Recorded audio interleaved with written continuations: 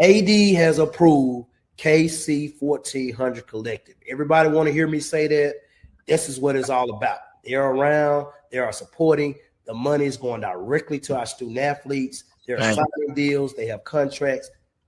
Let's do it. I mean, without this collective, we won't be successful. We won't be able to sustain our student athletes. I mean, 1400 Collective have done a really, really good job of keeping a lot of our athletes here. You know, if you saw them sign a lot of our athletes, but we got to do our part. So I know after today, we're going to click that 1400 Collective. We're going to give one of those tiers, and we're going to make sure that we give to this collective so we can continue to give to our student athletes and support them and give them what I need. And I want to thank you all, Ken, TD, D-Core C, T-Dub. Yeah, T-Dub, everyone that created and helped create it. I know I'm missing some names. Jackson State has a collective full throttle. They have a collective full throttle. And I mean, like, so they, you know, we won the national championship in 2023, and we were slowly but surely trying to get our collective going. Jackson State won it this past year. Their collective is full throttle. Like, it is full throttle. They don't want to lose. They don't want to lose anybody. We are trying to build a program for the next 10 to 12 years. It's not something that's overnight. We understand that the NIL and collective stuff has its role, it plays in it, but we are on the forefront of FCS football and attacking the NIL, attacking the collective. We got a very nice payroll at Jackson State, believe it or not. And I mean, our fan support, and we need more support. But we know that that payroll is attached to championships. You know what I mean? So we're not out here trying to recruit kids based on money, but we also want them kids to know if you come to Jackson State and you end up benefiting from the collective, benefiting from an NIL deal, we expect a championship out of you. On the field, we bring the energy. Ready to go!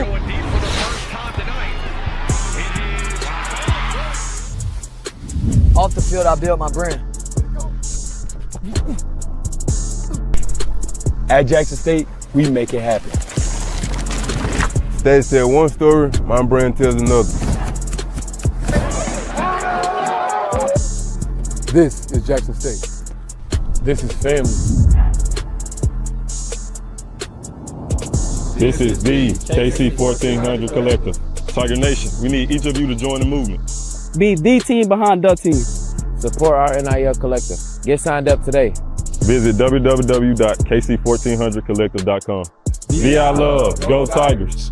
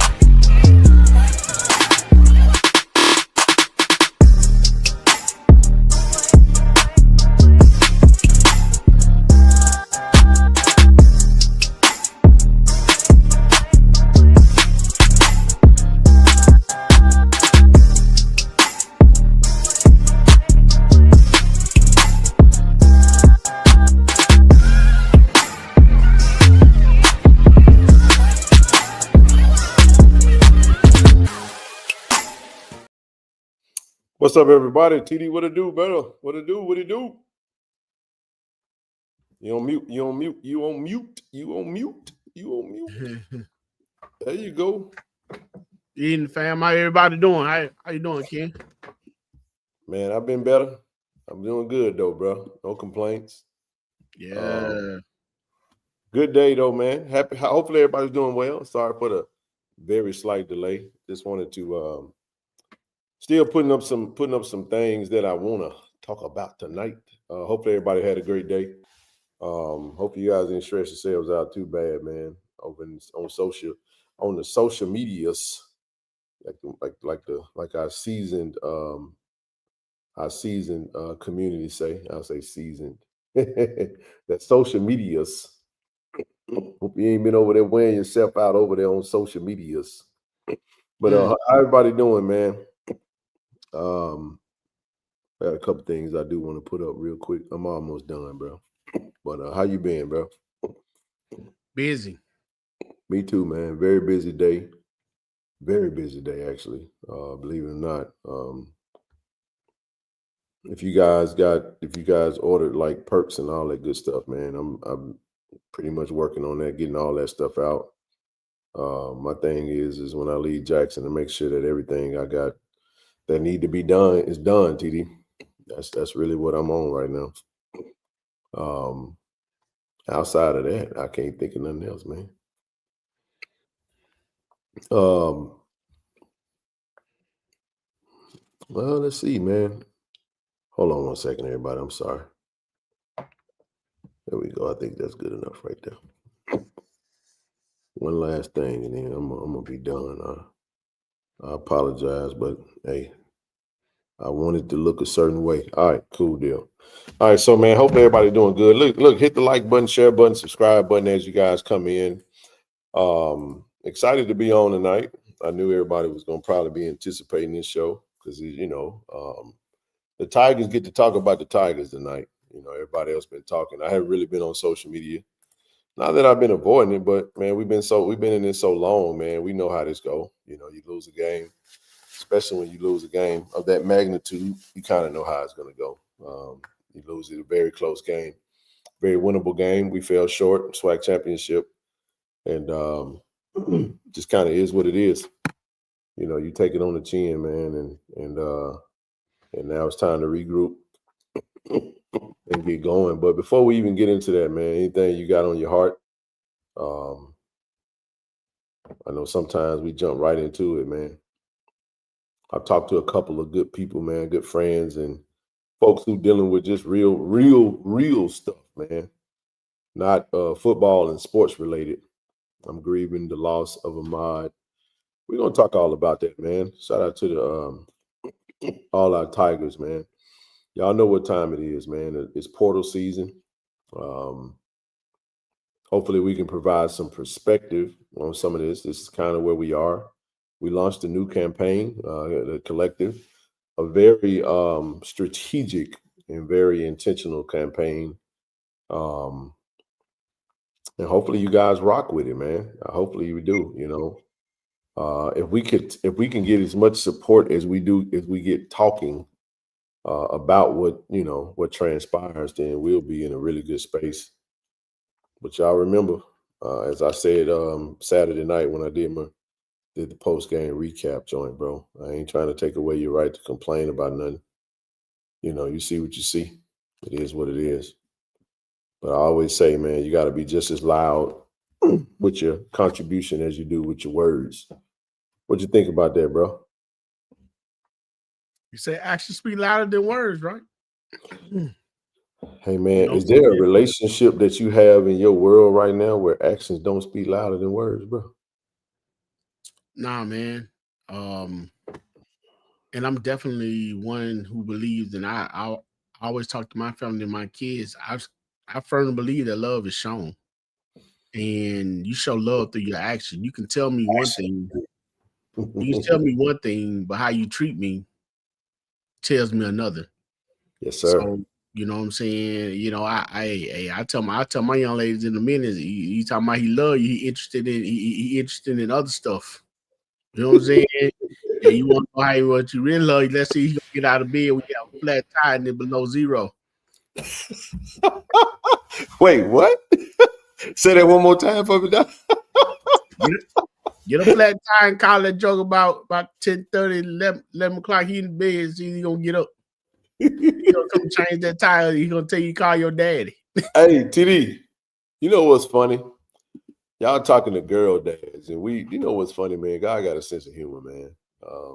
Some of us guys who weren't, who did some savvy stuff, man, coming up. Hey, man, that's well said, bro. I think that's spot on. I know one thing, that if you called at a certain time of night, it can be rain, shine, sleet, or snow. Hey, what'd you say? Hey, give me 15 minutes. I'll be on through that. Let me get up. I try to make it 10. We said you get there at 10, huh, bro? Now I gotta go to work in the morning. Hey, you know what I'm saying? I'm gonna call in late. Yes, indeed, man. You know what I'm saying? Come on, JSU Tigers. You know what time it is, bro. Y'all know how it go. If it's a certain call, it's like, hey, if for some reason it's certain calls that just seem to lead to nothing, no matter No what happens. questions. What'd you say, Brianna? On 2 wheels. I'm on the way. I'm on the way. Hey, I'm on the way. Man. Hey, look, don't fault me for it, man. TD just decided to he brought that up. I ain't bring that up. Nah, I'm just talking. Hey, see somebody knowing a little something. She said, where you at? That man said driving like Wolf on Pulp Fiction. Good googly moogly. But to TD's point though, if the tire flat, it's like, hey. Hey, you called your daddy yet? What about your brother? Don't your cousin live around the corner? If he give you all that, no, don't worry about it. Don't worry about it, player. That's right, man. I tell you, man, listen, you know, I tell my girl, if you need something, shit, if he gonna come for that, shit, you might well just mix that up, mix it in there. I would let you go ahead, I would let you pull up, but my tire flat. And be like, hey, don't worry about that tire, baby. I'm gonna get that tire taken care of. You know what I'm saying?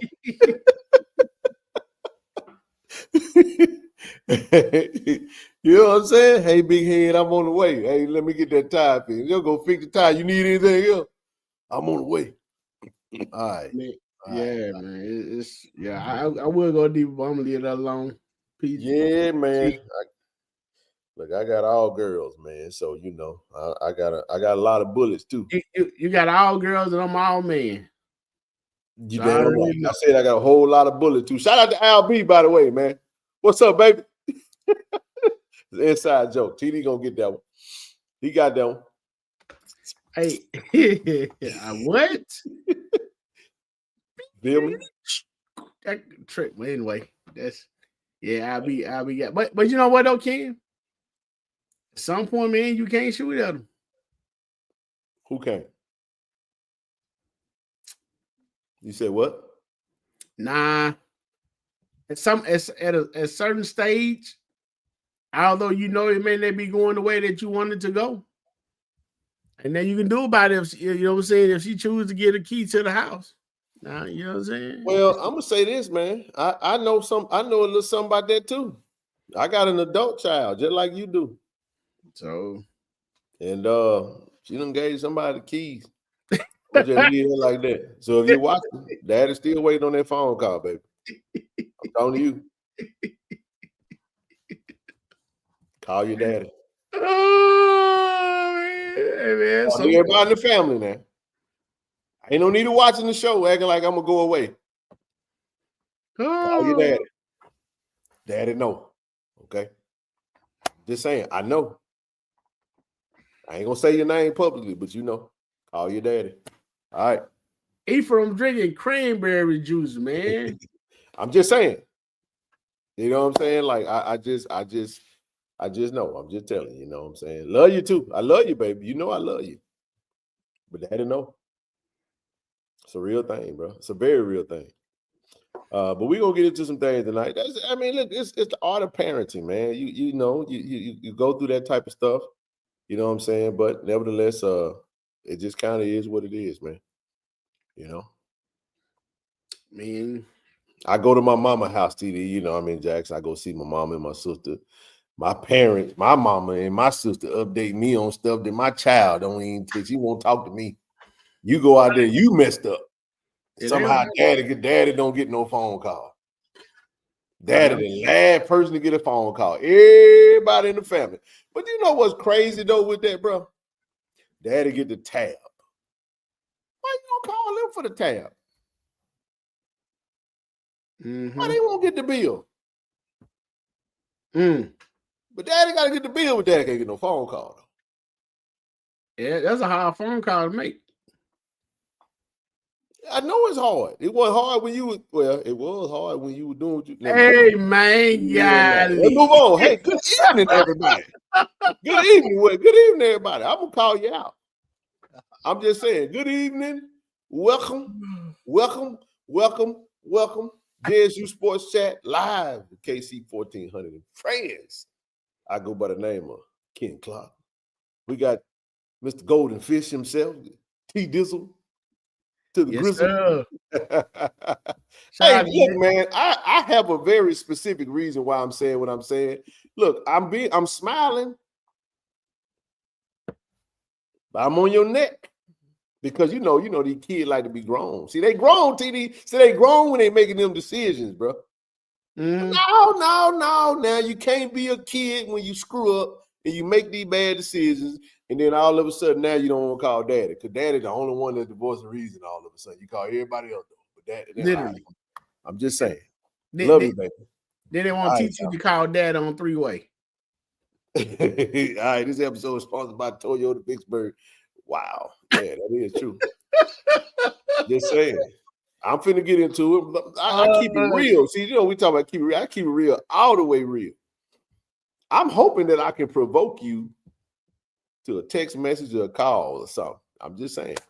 See, TD, when I've called, I've sent text messages. Yeah. Hey, baby. I'm waiting on your call, baby. Don't avoid me like the Black Plague. I've done nothing to you. It ain't me.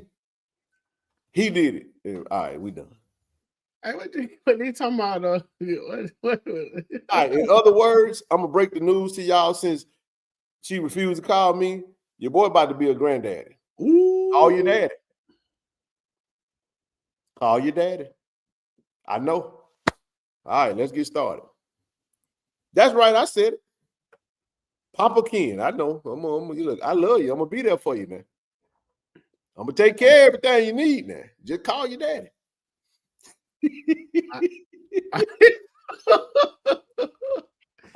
See, I got to do this. You know what I'm saying? I got to do it this way. Cause they don't play fair. They don't play fair. I know. See, y'all thought we were gonna talk about it. I'm telling you, I ain't get this gray hair for nothing. Hey, Jason, this session is sponsored by We Don't Learn by bumping our head. Now we trying to. Hey, man. Hey, Papa Ken, what they call me, baby. Hey, look, I'm happy. I'm happy. I just wish you would let me in on it. Look, I ain't gonna lecture you till your ear fall off. I lied. I am. Yes, I am. Ain't gonna do no good. 9 months later. Hey,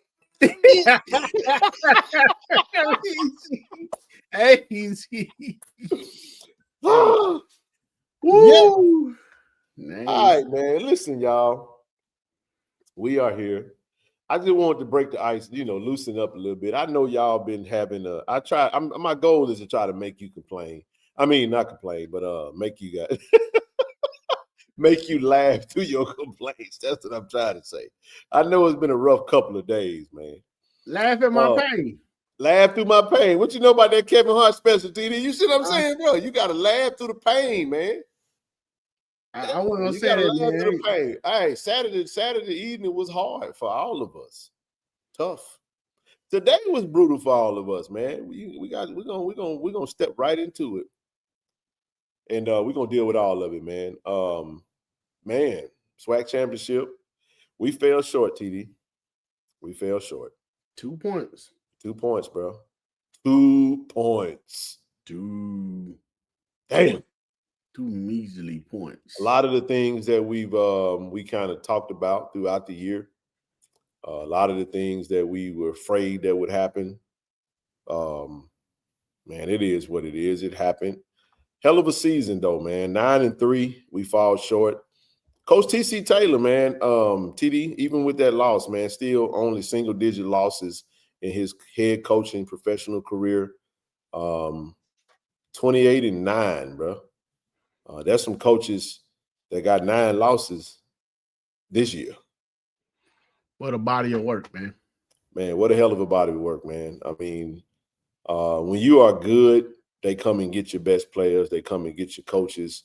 have had a lot of turnover on the staff, and all the coaches have elevated. Shout out to some of the coaches that pulled up to the game. Got a chance to see some of our old partners, man, that we built relationships with. It was tough, man. You know, get down. It's a lot of storylines. I have not been on social media. Not that I just don't. I use my energy and my efforts and my mindset to get active, man, to really get focused on what I feel like we could do better. You know what I'm saying? And some of the things that I feel like we could do to assist, right? And we're going to touch on some of that tonight, man. But, man, hell of a season, bro. Hey, you guys, I would just admonish everybody, if you out on social media, man, take a break.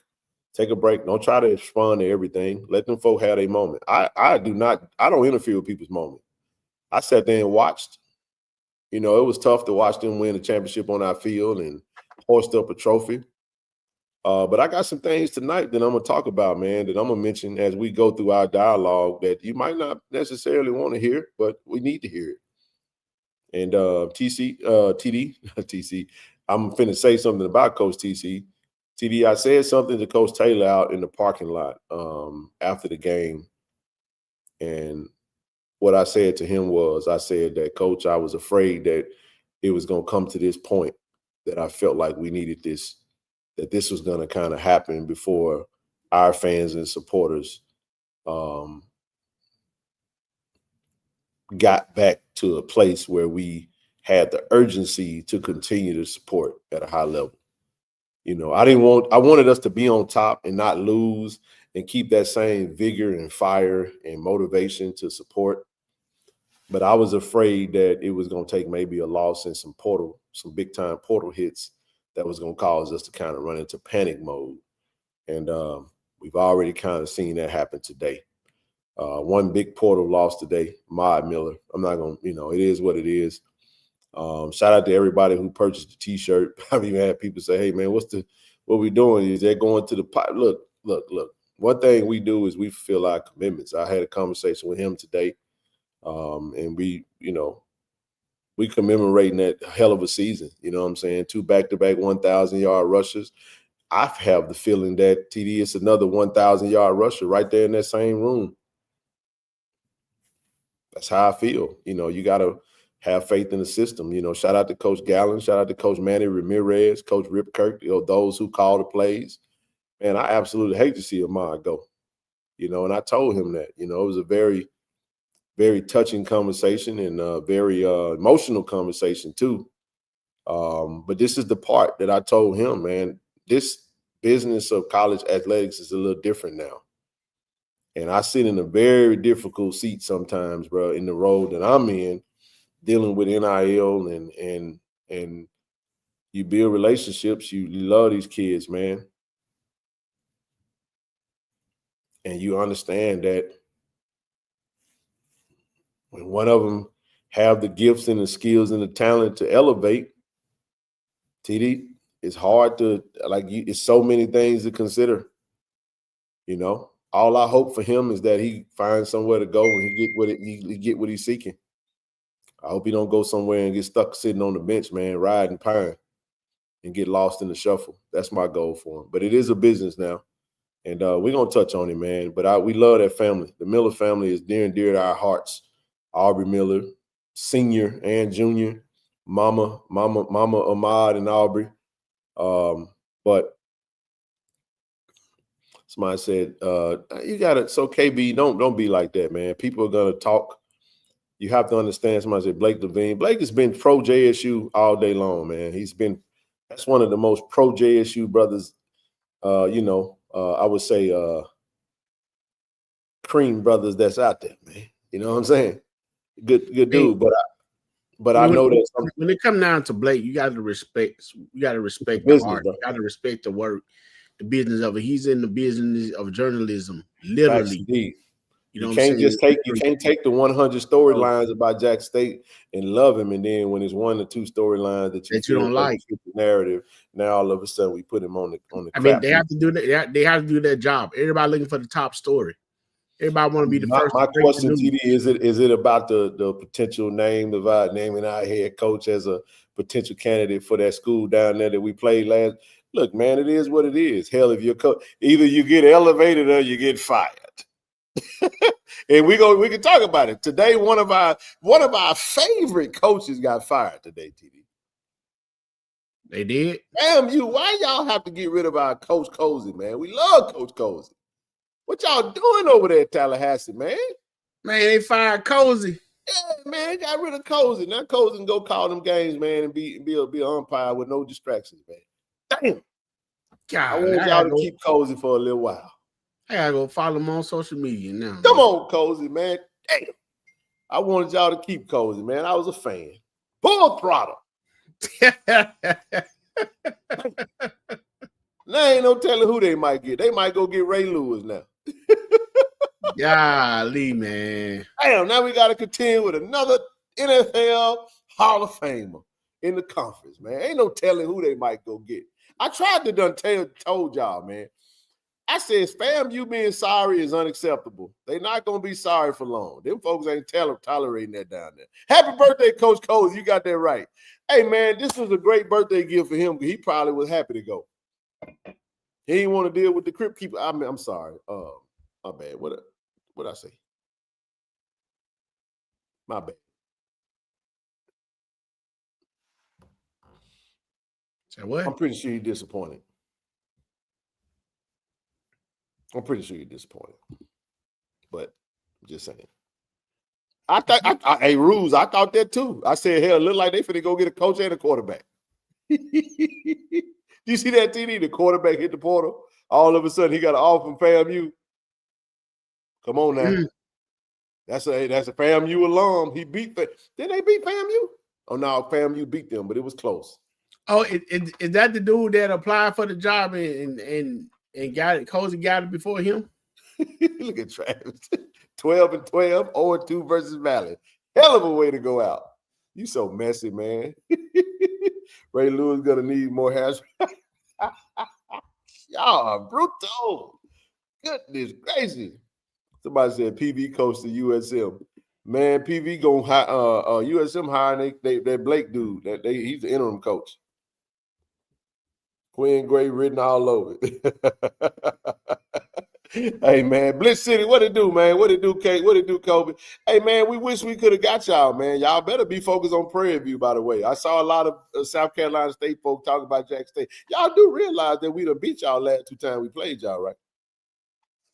Did I miss something, TD, or did we not kick South Carolina State in the teeth the past 2 times we played it? I'm not responding to any of that, man. I hadn't seen anything from this young man the whole year, man. Now all of a sudden, I'm gonna tell y'all something. I ain't seen no video, no fireplace, no snowboard. I'm going to give y'all my early prediction.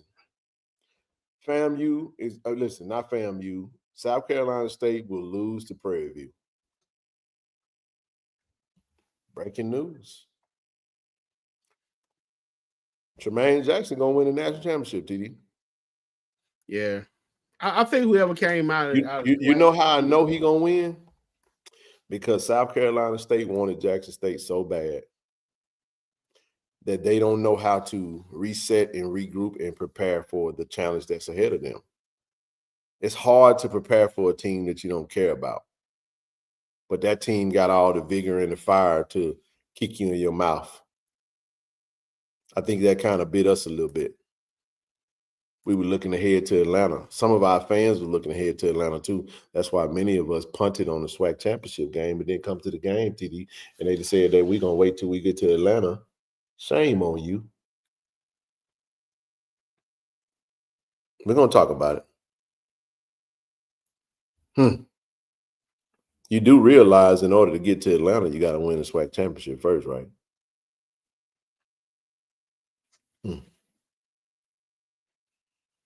I'm gonna give you your moment to talk shit about the coaches and the outside. You know, we're gonna talk a little bit about the game and what you didn't like and all this and that. But we also gonna talk about you and why you chose to not come to this game. Now you gotta go book. Now you gotta go cancel your room. I'm talking about you. Don't tell me. Because I talked to a player, TD. Had a conversation with one of our ambassadors, had a dinner with him. You know what that ambassador said? You want to know what he said? What did he say? Come in, Jackson State. Let me tell you something. If you don't think this stuff is important, you remember the Tiger Walk versus Alcorn when they pulled up and that parking lot was packed and you had all them fans standing there waiting on them players to pull up? And then when the SWAC Championship rolled around, TD, they turned that corner and that parking lot wasn't too full. Mm. You know how hard it is to listen to one of your players tell you, man, we turned that corner and we didn't see hardly nobody. The Tiger Walk wasn't really Tiger walking. Where were we at? Why we didn't come to that game? Why we didn't be there? Those are the questions we got to ask ourselves. We talked to our tailgate partner. He talked about how he gave a few choice words to a lot of the folks that was consistently there tailgating, that decided they weren't going to come and tailgate that Saturday. They was going to wait till we got to Atlanta. I know we don't like to hear it. Sometimes we need to. I'm going to go back to my conversation. I said, Coach, sometimes we got to get kicked in the teeth for us to reset. So hopefully we use this loss as a hard reset for us to regroup, come back better than ever. We got opportunities just like they do. I know y'all don't want to hear me say it. Come on, y'all want to talk about the game so we can talk about what they didn't do right. Come on, I know. We're gonna give you your moment. Imagine going through the footage and it was bone dry out there. Shame on us. Shame. We'll tell you weak as hell. What we hosting SWAC Championship for? We should have went to Houston. I know. We're gonna get to it. We on the road to 9,000 subscribers. I had to switch it up a little bit. I know. You know, we don't like perspective. We don't like perspective when it's projecting outward. We love doing this. We don't like when them three fingers pointing back. We can be better. Make sure you hit the subscribe button wherever you're watching this content, whether you're on Facebook, whether you're on X. Head over to not Instagram, YouTube. Hit that subscribe button. Appreciate y'all. Make sure you subscribe to. Make sure you follow us on social media. I'm sorry, I said subscribe. So listen, X, Instagram, TikTok. Go follow us. At the bottom of the screen. We appreciate you. Go ahead, brother. Hey. Wait a minute, brother King. I got a question for you though. Yes, sir. You just said. What about that man or that woman that predicted bad weather that may have hindered those who didn't want to, catch the flu, lose the voice? You know what I say about that, TD? Yeah. What I say is this. I watched actually the weather forecast. Meteorologists got more job security than anybody I've ever seen for being wrong. These people be wrong as two left shoes, boy. Man, the weather was actually perfect for the game Saturday. The sun came out. It was 50-something degrees. It was a beautiful day out there to watch football. It was beautiful. It wasn't a listen, TD, it wasn't a drop that fell. It was not that cold. Man, matter of fact, hell, I was sweating. Man, I was sweating, bro, because hell, I put way too many clothes on thinking it was gonna be colder than it was. I was too layered. I'm around there taking my hat off. I'm watching the game like this, bro. Because I'm sweating. Not because of the game, but shit, the sun came out. Right. So what I'm saying is that who cares? TD, we had more fans. Remember when ESPN came to the vet and Dion was our coach and we beat Southern 35-0 and it rained out there? We had more fans that game. I'm not talking about the fans that came. I'm just talking about the fans that could have came that decided that they wasn't going to come. That's all I'm saying. Look, we listen, our coaches and players went out there and fought and did everything they could to secure home field, and we got it. And we showed up. It was 32,000 fans there. Prairie View had a really good crowd there, bro. They really went all out. They went all out to bring them buses, and they showed up. They was just as loud as our fans were. Band was banding, and it was like, man, they came with the energy, bro. And for the most part of the game, they had the most energy. I hate to say that, but it's just kind of what it was. I'm gonna keep it real. We're gonna keep it real now. We ain't gonna talk crazy. We're gonna keep it real. But all I'm saying is not to denigrate our fan base. It's just to highlight some things and put some things in perspective and just say, hey, we can be better. That's it. Everybody can be better. So again, TD, to your point, I was watching that Michigan Ohio State game. Man, it was raining, it was cold as hell. It was 100,000 people in that damn stand. There wasn't a seat available.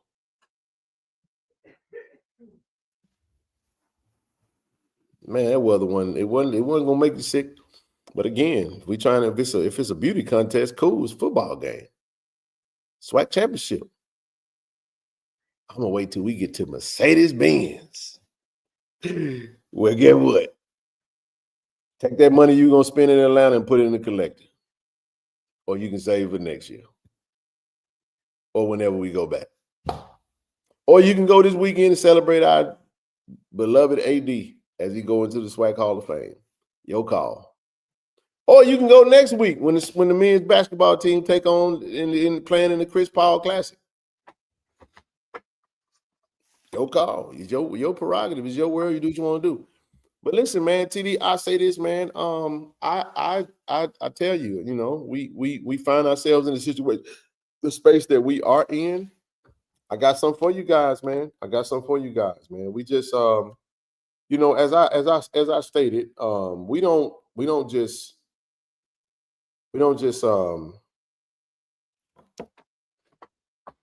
it's not just about talking about this or talking about that, man. The reality of the matter is college athletics has changed, TD. NIL is here to stay, man. As far as we can tell. As far as we can tell, I'm not saying NIL. I think we're off to a really good start. I really do. But kind of given, where we are right now, some things that we could do. TD, KC-1400 Collective, man. Like I said, we don't, you can get mad, but also get active, though. Don't get mad, get active. That's my motto now. Don't get mad, get active. TD, we just launched a new initiative, man, for 2026. It is December of 2025. We just launched an unbelievable initiative that we will hit. And I'm going to tell you why we're going to hit it, TD. It's 615 people staring at me and you right now. What if 615 people decided that they were going to sign up as a gold member? Join the collective. TD, that's $1 million, man. Mm.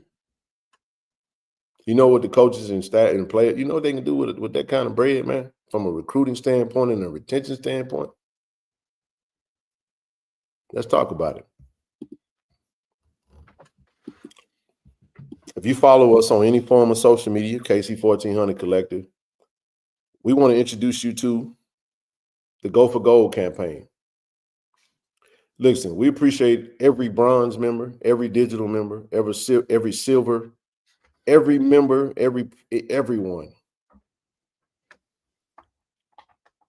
But we finna be very intentional and strategic about what we're looking to do. CD, this initiative is amazing, man, because all we don't even need 1,000 people. But if 1,000 comes, so be it, right? We only need 750 people. 750 Tigers. TD, there's going to be over 3,000 people that's going to watch this show tonight. They may not watch it tonight, but they'll watch it between now and the rest of the week. There will be over 3,000 people. Now, half of those people, more than half of those people are true blue Tigers. KC-1400 Collective is launching a new $1 million NIL fundraising initiative for 2026. The Go for Gold campaign. This is our goal. We are looking for 750 gold supporters. Like I said, this is not a slight to any other level beneath that, but this is a very strategic method for us to get to where we're trying to go. This is how I'm responding to my emotions about where we find ourselves after Saturday, right? I initially, earlier when I first posted this, TD, we were 699 away from from our goal. But I'm excited to report that since I released that, we're now 696 away from our goal. So since I posted this morning, TD, we have 3 new gold members that have signed up. I know it don't sound like it. Look, to a certain mind, they might feel like this is far too much. I'm telling you, it's not. We got 624 people watching us right now. Somebody say, what is a gold membership? Gold membership is $1,400 annually. I'm talking about being serious about NIL and committing that type of investment into name, image, and likeness support for our beloved university, right? Every donation is tax deductible. We are a 501c3 by way of Friends of KC-1400 Incorporated nonprofit. If you go to the KC-1400 Collective website, scroll down to the bottom, you'll see the name of our foundation NIEIN number. It's right there for you for your records. Just go take a look at it. It's 117 monthly. 117, not 114. It's 117. But if you can do a lump sum, then so be it. But this is how you use your emotions. Look, somebody say, "They're always begging." This ain't a beg. You can do what you want to do. You don't have to do it. And maybe it's not for you. But TD, there was 32,000 fans sitting in the stands on Saturday. Could you imagine if just the Jackson State side, just a third of those Jackson State fans that were there, imagine if we decided that we were going to give 1,400 towards this particular initiative, we would change the game forever for Jackson State University athletics. Thoughts on that? And what I said, look, don't get mad, get active. So when you say athletic, you mean it also with the other sports too?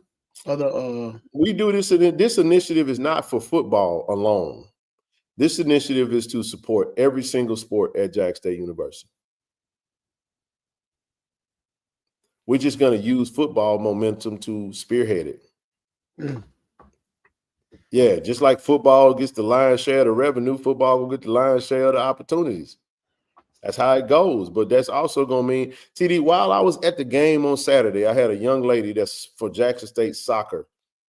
She came up to me. She was like, "Hey, how you doing, Mr. Clark? I just wanted to introduce myself to you."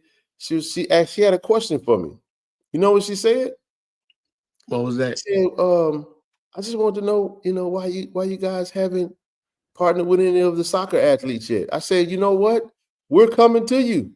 The only thing is by the time when we were ready to expand on our opportunities, TD, they was finishing up their season. Actually, did she have additional eligibility? She was like, "Yes, she's not going." I was like, "You know what? We're gonna work with you guys next season, 100%." And they made it to the championship this year, huh? They made it to the championship, and they won a regular season title.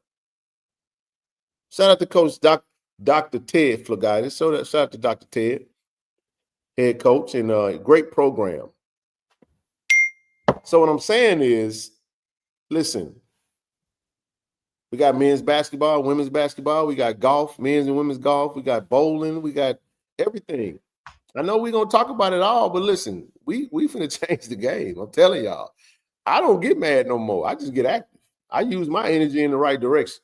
So all I'm saying to you is that, listen, the Go for Gold campaign, we will update you every single day. One post on the KC-1400 media page, every single day updating you where we are. We are 696 spots away from our goal. if you're watching this program right now, we ask that you find it in your heart. Okay?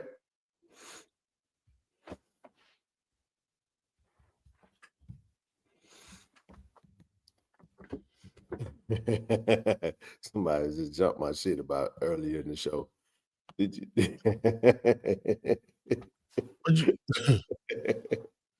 I know it's a little unconventional. I don't give a damn. That's how I feel.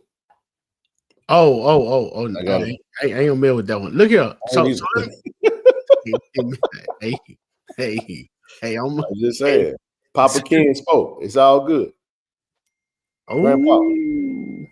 So let me ask you this, man. Is there so you join this? You join the collective. You join the Gold Collective. With the goal of aiming for a $1 million pot. Yep. And I'm gonna say this right now because I had a call. I had a call with the universe with the ticket offer today. This might come with some set of season tickets next year. That might be a perk. I was getting. Well, I was getting to the perk, man. Go ahead. Come on with it. That's perk. That's per person that ordered the passes. I mean that they get the 1400. Yep. What we're looking at is a set of season tickets for every level for gold and beyond. A set consists of 2? No, a set consists of 1. Consists of 1? Oh, no, it's about it's just a set for like all the games. I mean, like this. I thought they were twins. I'm just telling you. I'm saying, listen, we already in the hunt for trying to get season tickets sold as well, man. I'm just telling you. I'm gonna tell you like this right here. Man, go ahead and get active, man. We're gonna support ticket offers as well. I think it's a great idea. All of our gold members and beyond get a set of season tickets. How about that? That way we pour back into athletics and we got funds for NIL. And AD, if you're watching, baby, you might, don't throw us a bundle discount. We might have 800 at one time. You know what I'm saying? We might have 800 people looking for. If I go to the ticket office and say, give me 800 season tickets right now. Cut your boy a deal, man. We're going to change the game how we do business. I don't know if that's possible, but I most definitely ask. Season ticket. Now, whoa. Now, come on, Josh. Now, you cutting this. Now. I'm going to say this now. You're a diamond. Diamond might come with parking. I may get a parking pass. I'm just telling you now. You going to be a diamond? I'm just saying. Basketball and football, no. You have to think about it. If I'm buying a set of season tickets average about 110 to 120 TD. So you give 1,400, you subtract 120, we already down to 1,200 or something. So you have to consider that you can't give all the money away because you basically you're basically making yourself obsolete. But 750 set of season tickets, TD, at 110 is about $90,000. Platinum, Miss Bunny, I ain't decided yet. Platinum might get a pocket pad too. I tell you what, Platinum might get general parking, Diamond get VIP. How about that? What y'all think? Hey, what about that? You see what I'm saying? Season tickets are high, man. We got to be careful. I'm not saying what it's going to be, how it's going to be. What I am saying is this. We haven't finalized the perks for 2026, but I have looked at season tickets. Parking get a little spicy, man. Parking get a little spicy, dog. You see what I'm saying? It might get a little spicy. I ain't doing no box seats. Dial B, come on now. Chill out, man. Hey, man. I'm just running out. That golden brown by DJ Eatery. He said, hey, man, as long as you don't give us I need my TD, Travis. You can't give that away. We talking about general. You got to go over there by Backyard Burger. General, if we do it. But Diamond can get a parking pass. They can get a parking pass. I'm just saying, man. I'm just saying. We're gonna look at it though. But I'm telling y'all, we really are. Hey, man. Hey, you didn't hear me, man. What'd you say? Hey, one of these levels, man, you might want to consider a plate of that golden brown on there from the DJ's Eatery or something, man. Hey, you come on by and grab your plate of that golden brown. See, let me tell you what we doing next year, bro. Okay. Did y'all know that we will have a KC-1400 collective tailgate next year?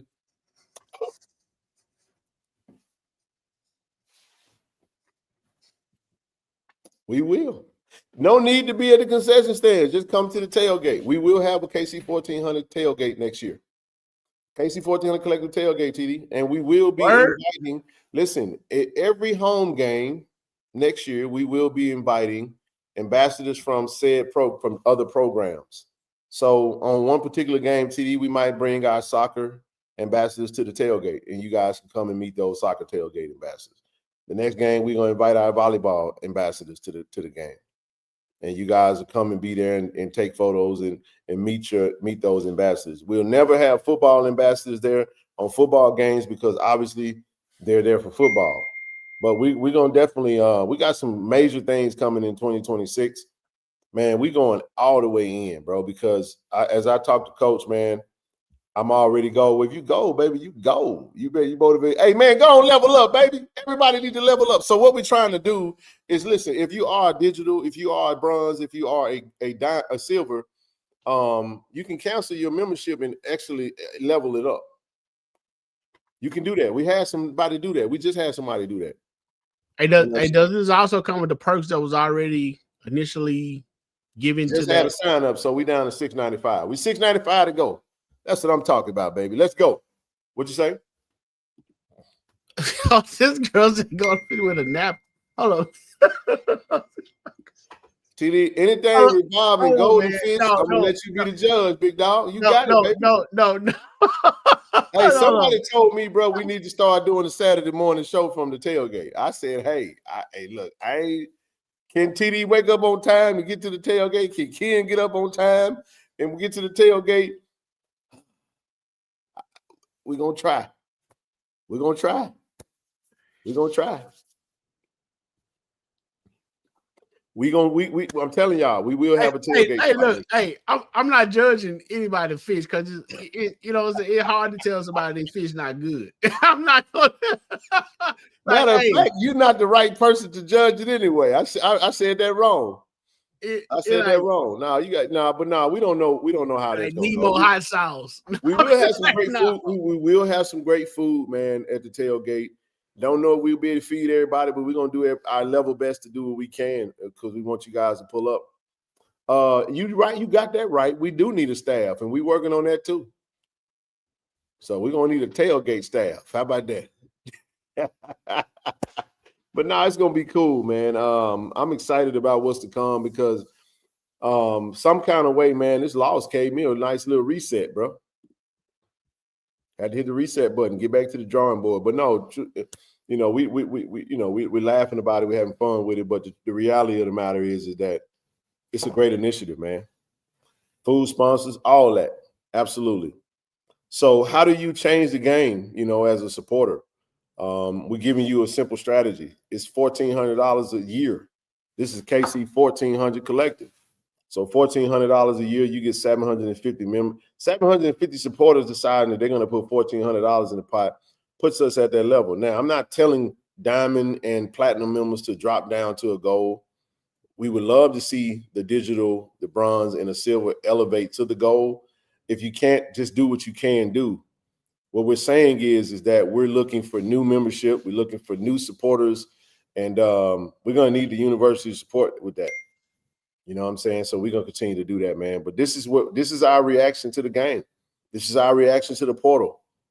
You know what I mean? This is how you combat that. You give our coaches some ammunition to fight back with, right? That's how that goes. Imagine what an HBCU could do. Present the golden fish. Oh, okay. I like where you're going now. But listen, we're gonna pause on this right now. We got a couple of things we want to get into, and we're gonna talk about the football game, and then we're gonna get out your way.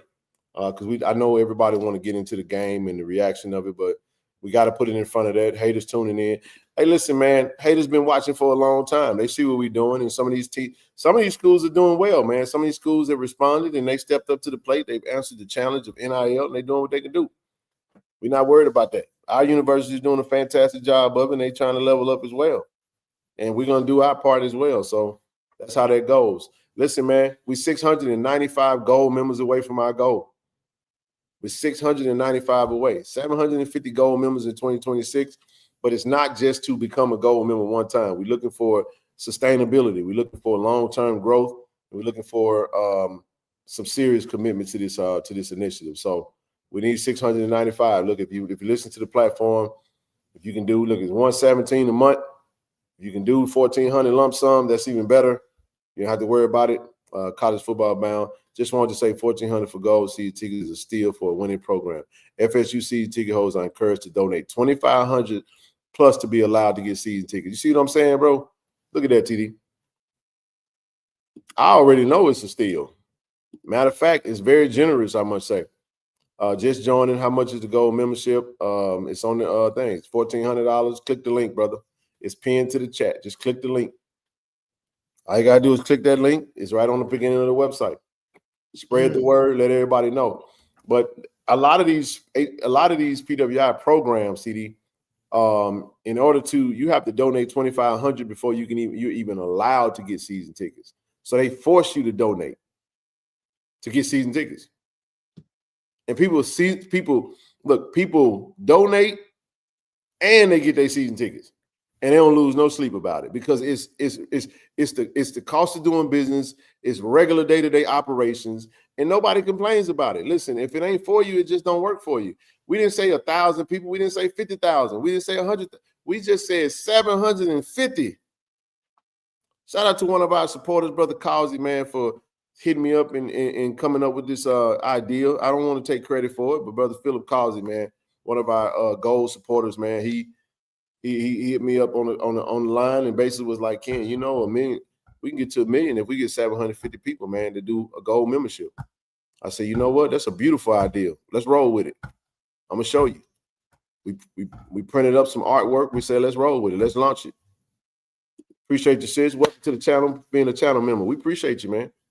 They understand tax benefits. It is the tax deduction. I saw somebody ask, was this a 501c3? KC-1400 Collective, when you donate to that, it is a 501c3 via Friends of KC-1400 Inc.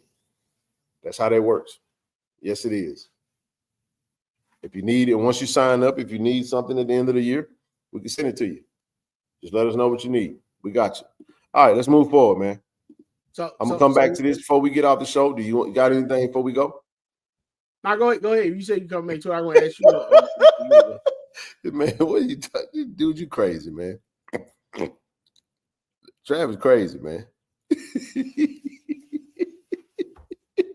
You looked at your phone, bro. He sent me. Oh, look at your phone, man.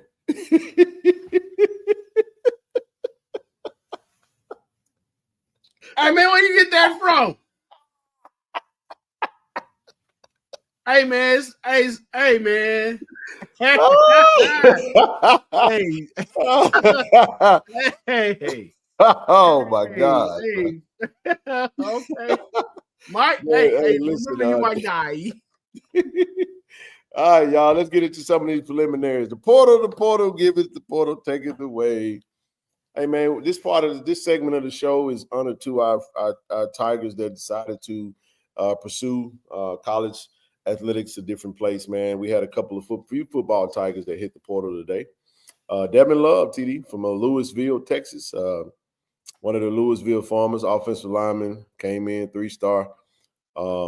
Decided to hit the portal. I would like to first thank the coaches and helping me grow, not only as a player, but as a man. Teaching me to dominate not just on the field, but also in life. JSU has taught me the essence of guarding the yard and what it means to be a Tiger. But with that said, I'll be entering the portal with 3 to 4 years of eligibility left. Had some had a couple of injuries, man, and just trying to get off the ground get his college career off the ground. And love Devin, had high expectations, but he decided to hit the portal, man.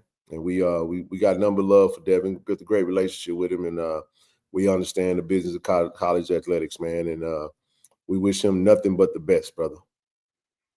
Man, D Love, man. I mean, like you said, he encountered some injuries. I was excited when he signed. You know, he signed quite a few players from that team, and I was like, man, you know, then we got a few offensive linemen. I was looking forward to see, you know, for them bringing their talent here and see what they did on the field. Man, unfortunately, you know, Devin got plagued by some injuries, and you know, with those injuries came new recruits, and you know, things just tend to turn.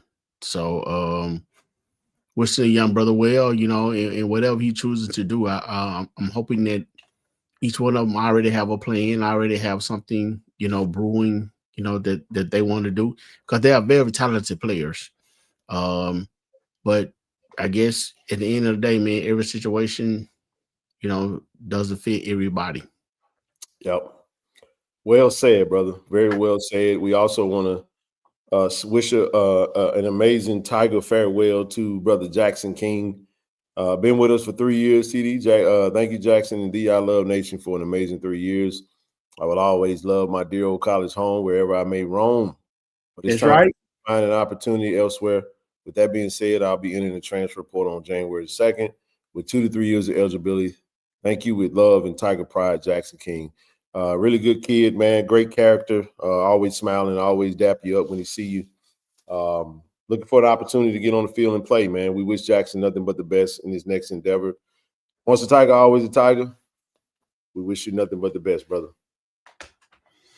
Man, another old lineman, man. Oof. Jackson, man, we wish you well. I always had a good conversation with the young man. I know that, you know, one time I talked with the man, he was working real hard on being in shape. He was intentional about being in shape, working out, and he loved, you know, the new system that was brought, you know, to the offensive line. Yeah. Again, for whatever reason, everything didn't pan out the way that he wanted it to, and he's seeking other opportunities. And hey, as a man first, as a young man first, as a just wish him well. I hope that he sat down with his family, his friends, and someone that really talked to him, that had it. Each one of them had their best interest in heart, and decide to, you know, go somewhere where they can, you know, they want to get on the field and play. But most of all, young men, get your education. No matter where you go, what you got left, don't stop here.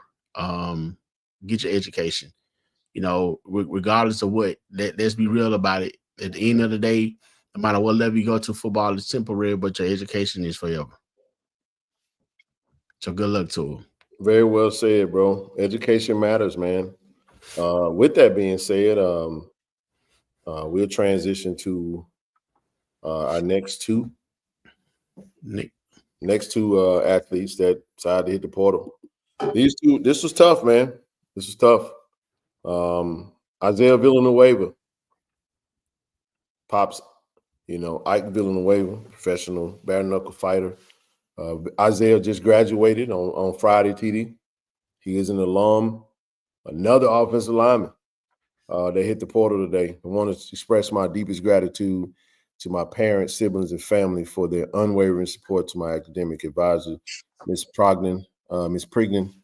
I am truly thankful for your guidance and dedication to my success. To all the coaches who have shaped me both on and off the field, your mentorship has been pivotal to my growth, and will always appreciate your influence. To my teammates, thank you for believing in me, for your unwavering support, and for your never losing faith in me. I also want to thank JSU for the time, energy, and encouragement you've given me and my teammates. Jack State has continuously challenged me both mentally and physically, and these challenges have played a vital role in shaping the person I am today. For that, I am deeply grateful. After much reflection, that it's time for me to make a move that is best for my career and my family. I've decided to enter the transfer portal as a grad transfer with 2 years of eligibility remaining through that.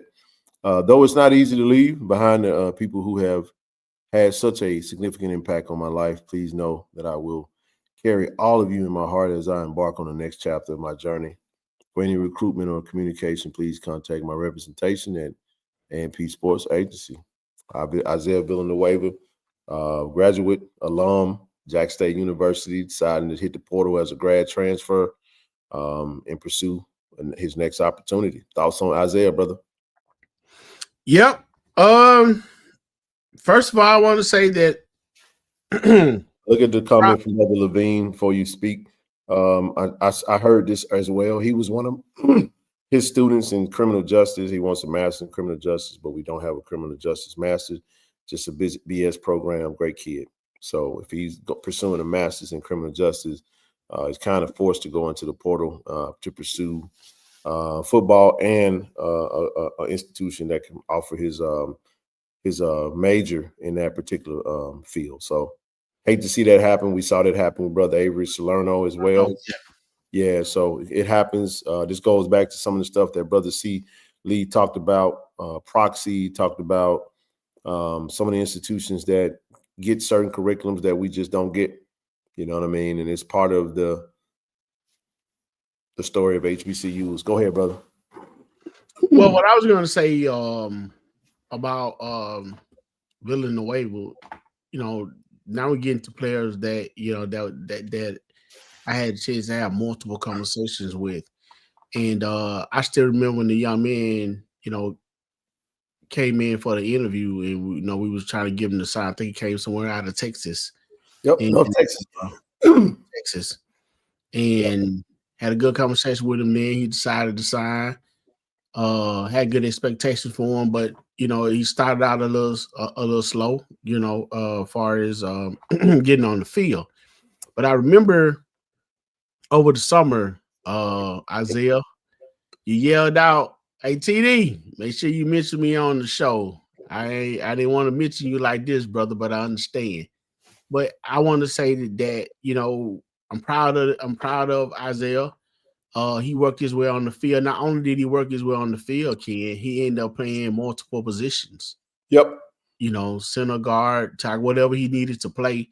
And he had a pretty good run this year playing multiple positions. So he increased his talent. He increased his play. He became a multiple positional player. He got his degree. And one thing I can say about each and every one of these players, man, they lead with at least 2 rings. So congratulations to you, Isaiah. First of all, for graduating, for bringing your talent to the Jackson State University. Hey man, we wishing you well elsewhere, wherever you choose to go and you get your degree in criminal justice, become an attorney, whatever. Just remember the old man when I call you and say, "Hey man, I need some representation." So good luck to you, Isaiah.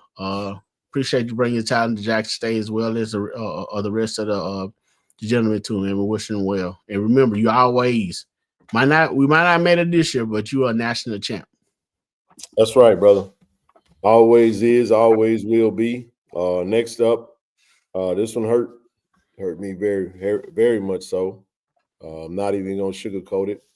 Still kind of dealing with it, but it's the nature of the business. One of my absolute favorite players on this team. Like I said, I had a conversation with Ahmad Miller, one of our brand ambassadors. We had big plans in 2026 to try to do everything we could to keep him here in Jackson State. My, for what I could share, the thing I told Ahmad was very simple. Having 2 to 3 years of eligibility left over, you're right there. You've been in Jackson State 3 years. I wanted to see him graduate and be an alum, just like his brother Aubrey. The Miller family means a lot to us. We've grown very near and dear to both his mom and his dad. And of course, Aubrey is a Jackson State legend. He was celebrated on the field, at the Alcorn game for winning the Grey Cup with the Saskatchewan Rough Riders. And he was at the game, led the team out, rode with the team. Will continue to be a emotional supporter of the Jackson State Tigers, man, as long as this staff is in place and acknowledge his contribution. As he stated, dear Jackson State family, first and foremost, I want to thank God for giving me the strength, ability, and opportunity to play this sport. Without him, I am nothing. I'm truly grateful for the time I spent there at Jack State University. I would like to thank the entire coaching staff, support staff, and my teammates. I also want to express my gratitude to everyone who has supported me throughout my journey at JSU. I'm truly blessed to be a part of the Tiger family and have played here.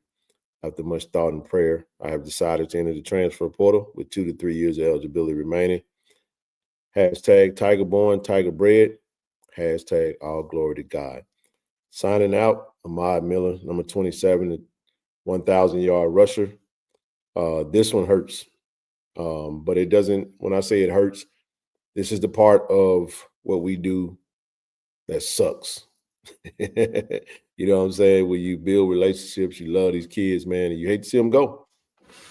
And when you have that conversation and a young brother or sisters have their mind made up to do something different, you just support them and you love them anyway. And not that it doesn't change one bit of one ounce. Once a Tiger, always a Tiger. We talked about that. You know, I said, man, you're always going to be a Tiger, man. Don't say a whole lot. He's a blue-collar, hard-working brother that just go out there and do what he need to do. One of the best running backs we've seen in the past good few years at Jackson State. Jackson State is RBU, man. We've seen this. You know, we saw it with Savion. We saw it with Herb Mulligan. And we followed it up with Ahmad Miller. There's another 1,000-yard rusher in that room, man, right now. And we don't know who that'll be. I do not know which route the coaches are going to take, but, you know, there'll be another running back getting carries next year, you know, for whatever reason. This young brother is, 14 carries average per game. Could have been higher, could have been lower, whatever, you know, but 1,000-yard rusher, man, made the most out of everything that he had to offer. 1,000+ 6 touchdowns. A key reason why we were as successful as we were. I think he had about 90-some carries more than everybody else for the whole team. But in my opinion, TD, Ahmad Miller is a pro. I don't see it no other way. I think he's a pro. As I told him, I don't want to see him get in the portal, man, and just choose a spot where he goes and just become some paid extra. You know, go where you're going to get on the field and be able to ball out, man, and show your talents to get to that next level.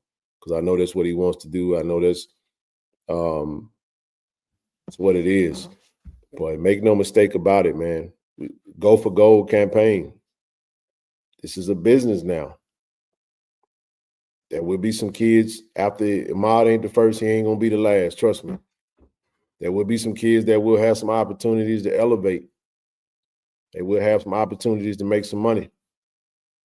And you want to keep them at Jackson State, get active. We got a lot of supporters that are opinionated and ain't putting nothing in the pot. I'm not talking about you if you're doing, you know what I'm saying? I'm not talking about those that do. I'm just talking about those that don't. Imagine what we can do if we can just get a small pinch of those who they talk more than they give. You know, we got a lot of that going on, but I'm just saying. And I know some may feel whatever, people may have their opinion. I can say a lot, I can say a little bit more, but the reality of the matter is that I just wish him the best. Nothing but love for him, man, and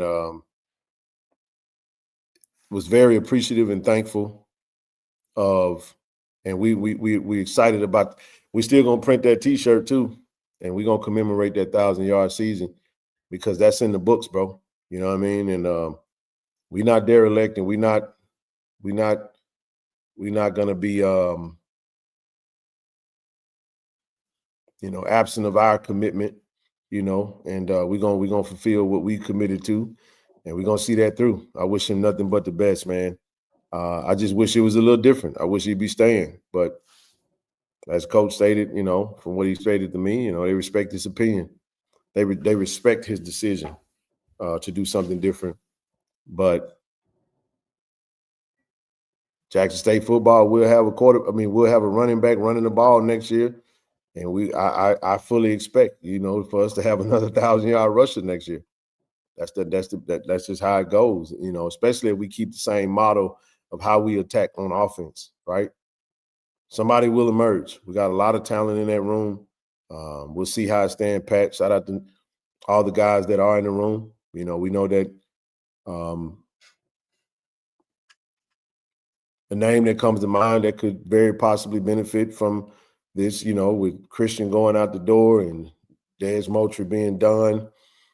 I think Amari Matthews has another year. I think Nate Blunt.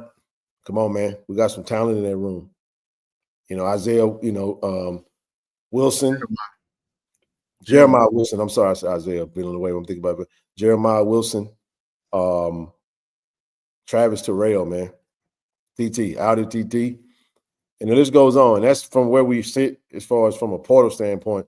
We don't know who's going to hit the portal, man. But here's what we do know. Our coaches, man, have done a great job of developing the running back room. And that's something that we can't get lost on. These young men are blessed with God-given talent, but there has to be some coach. And shout out to Coach G, 2 back-to-back 1,000-yard rushers. Shout out to Coach Manny, great offensive line that's creating holes. It's a lot that goes into that, TD. It's a lot that goes into that. And nothing is lost. We're not lost on any of that, right? So if we see Denario Davenport returning, we see TT returning, we see Nate Blunt, we see, Jeremiah, we see, Amari, and whoever else is in that room, somebody will emerge as RB1, and we'll get the lion's share of the carries. And whoever that is will be able to follow in the path that is set for another 1,000-yard rusher. Something that's, I'm going to say this, and I'm going to let you jump in here, TD, a correlation to our offensive coordinator, our co-offensive coordinator / O-line coach, Coach Manny Ramirez. Last 4 years, TD, how many 1,000-yard rushes has he seen? 3 to 4 seasons out of the last 3-4 years. I know he's led SWAC in rushing in the last 4 years, bro. So, I think that 23 season may have been. Now he wasn't with us 23 season. I'm talking about Texas Southern as well. I'm just saying. I'm saying he was in Texas Southern 23. Yeah. Stay with us, man, and over there. Yeah. This thing will continue. So, but appreciate the call, appreciate the transparency, man. Appreciate the love, man. Appreciate the authenticity of this brother and his family. But Aubrey was out there. Aubrey said, man, much respect to his decision, and wished him to go be great. And that's how we all should see it. Ahmad Miller is a Jack State Tiger, man, no matter where you go. You know what I'm saying? And we're gonna follow him, we're gonna support him, and that's all I got on that. I'll leave it at that for now. Shout out to the Millers, man. Yeah, man. Ahmad Miller to me is like that celebrity, whatever it is that you like, whether it's music, sports, writing, poetry, no matter what it is. He's like that star that you never met because he's so quiet. Yeah. About his business. Mm-hmm.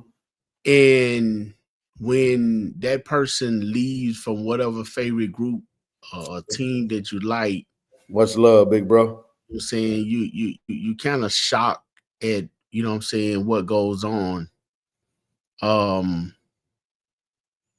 I talk to Ahmad, periodically, and he never had much to say. He one of those brothers that did more talking with his action or with his eyes or with his body language. Yep.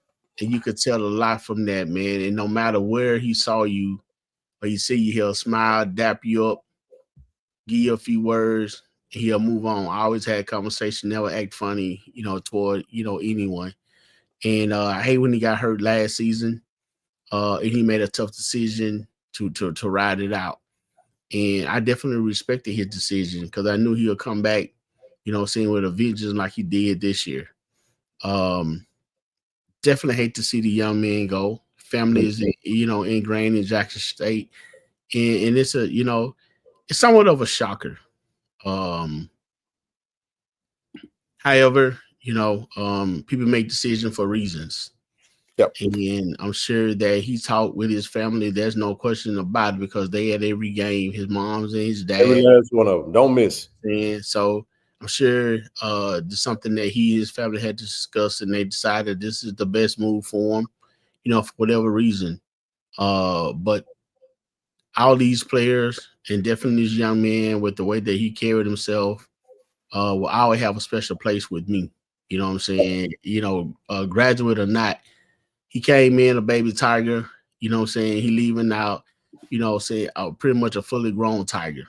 I watched him transition into a young man, definitely on the field. And to be honest with you, Ken, the way he carried that ball, a lot of times, he gained my respect.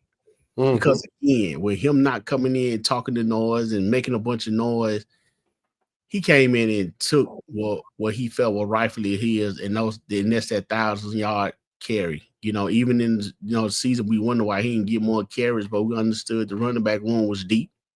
We understood that he shared the carry with two other players, and he still managed to be able to get 1,000 yards. Yep. So that's a will and testament to his desire, to his effort, and to his talent, and to the support that he has. So this is, as far as it may be, he may be leaving Jackson State Tigers, but he'll be a forever, young brother to me. He and his fam. So hate to see him go. I understand it may be many reasons why, and I'm wishing him well, whatever he chooses to do. I have no qualms with anybody making a decision that's going to better themselves. It's something that they have talked with responsible adults who's not looking for a payday or not looking for who ride the gravy train on them to make a decision. So good luck to Ahmad. We appreciate you again, young brother, for bringing your talents to the I Love Jackson State. And wherever you choose to go, man, don't waver in your efforts, your workout habits, or anything like that. Continue to be great, young man, because the greatness is within you. Good luck. Well said, bro. Well said. Yeah. Well said. I was more sad about this than I was the loss.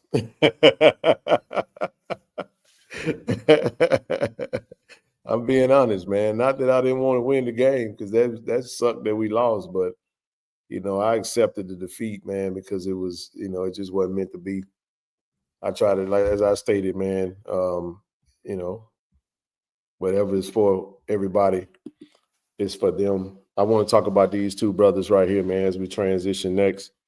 These are two brothers that's going to be leaving out the room, man, but they meant so much to this program, TD.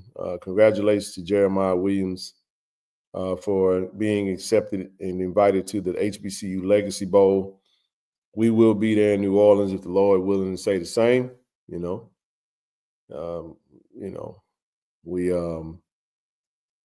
We've been there the past 3 seasons, and Jeremiah Williams and Jacoby Morgan featured there. I just wanted to put these two side by side, just some of the news we saw out there. One of the best defensive linemen. Jeremiah Williams put out a post, TD, just thanking Tiger Nation. Gave him a hug on the field, a lot of teary eyes, man.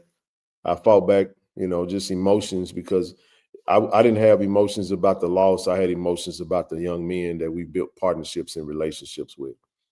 And you want to see them go out as winners. And these two young brothers right here, man, embodied everything that this program stood for.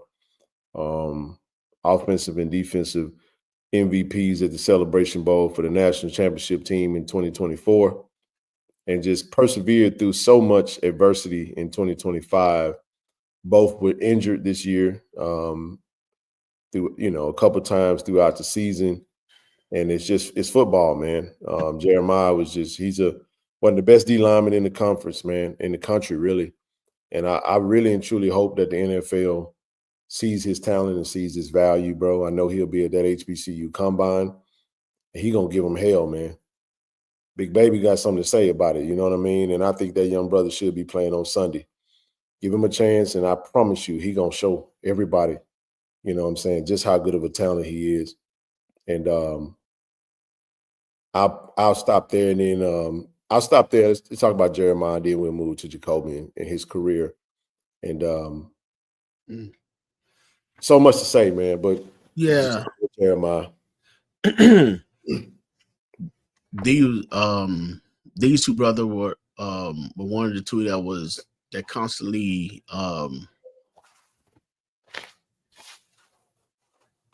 crossed my mind today. And the respect that I have for Jeremiah, being that, you know, he grew up, you know, right up there, as you want to say, right up the street from me there in Holmes County, you know, being from Canton, Madison County, you know, there's only 45 minutes or so apart, you know, kind of talking to him a few times. Ain't that actually 144? 144. I was told that. I'm just saying, exit 144. Shout out to Lexington, man. Shout out to Holmes County, baby.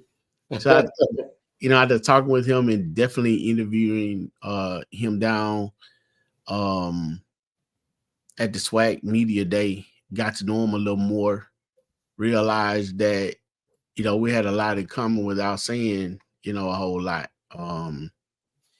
And to see, you know, just a blue collar, hardcore working family, you know, and you know, and he felt, you can hear the leadership of being the leader of his, you know, his brothers and sisters and cousins and people back home that was looking up to him, in the respect that he was given when he went back home from his athleticism that he possesses and that he was using at I Love Jackson State University. And it made him, you know, it made me feel proud that he was able to stand out and be a role model for someone else, you know, who may not have seen, you know, easy street, you know. And then he gets here with a celebrity coach and stays. He stays down. He stays committed to what he signed on the dotted line to. And I was proud of him. I'm still proud of him. Again, you know, when it come down to injury, I know we're gonna talk about Jacoby in a minute. It's played both of these young brothers that they put a slight pause on, you know, what probably could have been a little more sure thing in the, you know, as far as the future few weeks or months or so down the road. However, God bless them to still be able to grace the field and play the you know, the way he needs to. You gotta respect the man that give you his word and stick by his word. And that's what Jeremiah Williams is. Not only he's a great athlete, he's a man of his word, and he's a leader. He's a man of character, and this is just the beginning, you know, for him. Continue to make paths for other people. So Jeremiah, salute to you. We appreciate you for staying, you know, down with Jackson State, because you could have left easily. Yep. Very easily. And you chose to finish what you started. You know, you leave with a fistful of jury. Congratulations. Very well earned, very well deserved. And we hope that you are able to get more. So this is not necessarily, you know, and you're leaving in the right way. I mean, it's not a portal thing. It's not a, you know, I quit thing. It's not a moving on for money. It's just the time is up according to the rules of the NCAA. So we would, as Ken said, as you stated, Ken, you know, we hope we get a chance on the next level. We know he'll be going to Legacy Bowl, and hopefully he'll show out and get a chance, just like the you know, saying the young man that left, I think, on Morgan State. He's still balling right now in the league. So yep. Jeremiah has that type of talent. So again, young brother, God continue to bless you. We appreciate you again for staying down here at Jackson State. And we never far away, only a phone call and, you know what I'm saying, 4 wheels. So good luck to you. Go continue to make your family proud. Continue to make your city proud. And, you know what I'm saying, your high school proud, because y'all got some players there. You showing them the way that they can go, man. So good luck to you, Jeremiah. Glad you was able to graduate. And, man, hey, we wish you nothing but love. Tiger for life. Love it, man. Very well said. Jeremiah, man, is a legend, bro. Future Hall of Famer, Jackson State University. Multiple SWAC champion, 3-time SWAC champion, 1-time natty. Earned everything he got, not given. And we proud of you, man. We, a hell of an ambassador for KC-1400. And we got nothing but love for him, man. Great kid, great character, great smile, great energy, great everything, man. So the future is bright. As we transition to his teammate and the general, hell of a career, man. Jackson State University, Celebration Bowl champion, 1-time SWAC champion, Celebration Bowl MVP, 2-time All SWAC, 4,080 career passing yards, 668 career rushing yards, 53 total career touchdowns. The last time we seen the general on the field was this past Saturday, running the ball in the end zone. Gave it everything he had, man. Fought like hell to get on the field and finish the game on the field.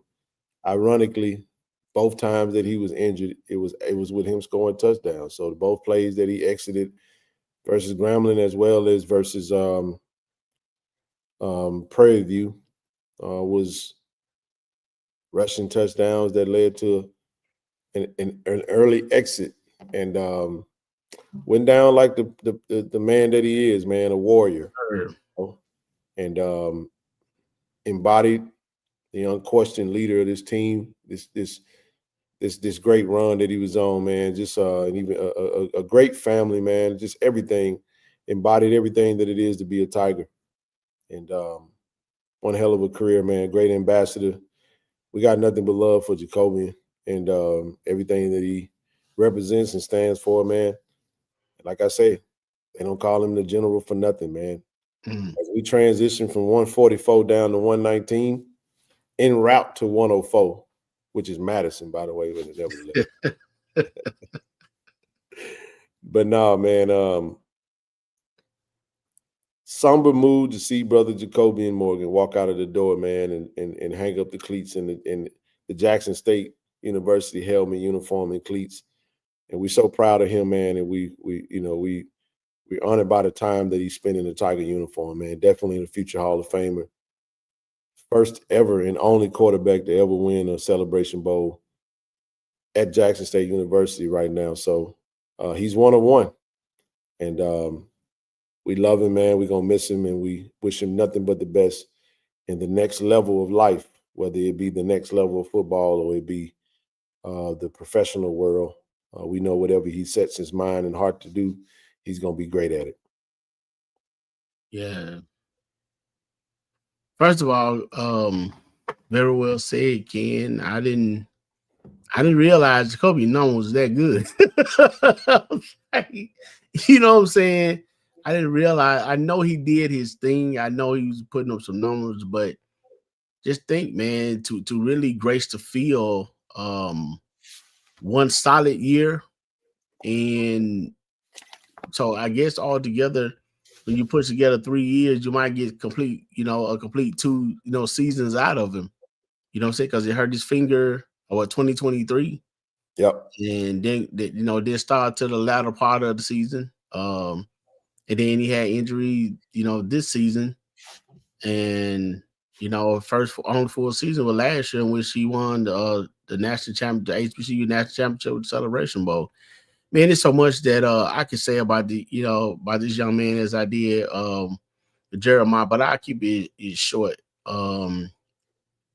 His path. I mean, he was literally, born a Tiger. He often tells the story about how he was brought, to the game as a kid, and not only is he a Jackson State Tiger, he was also a Canton High Tiger. You know what I'm saying? So he was literally Tiger born, Tiger bred. Mm-hmm.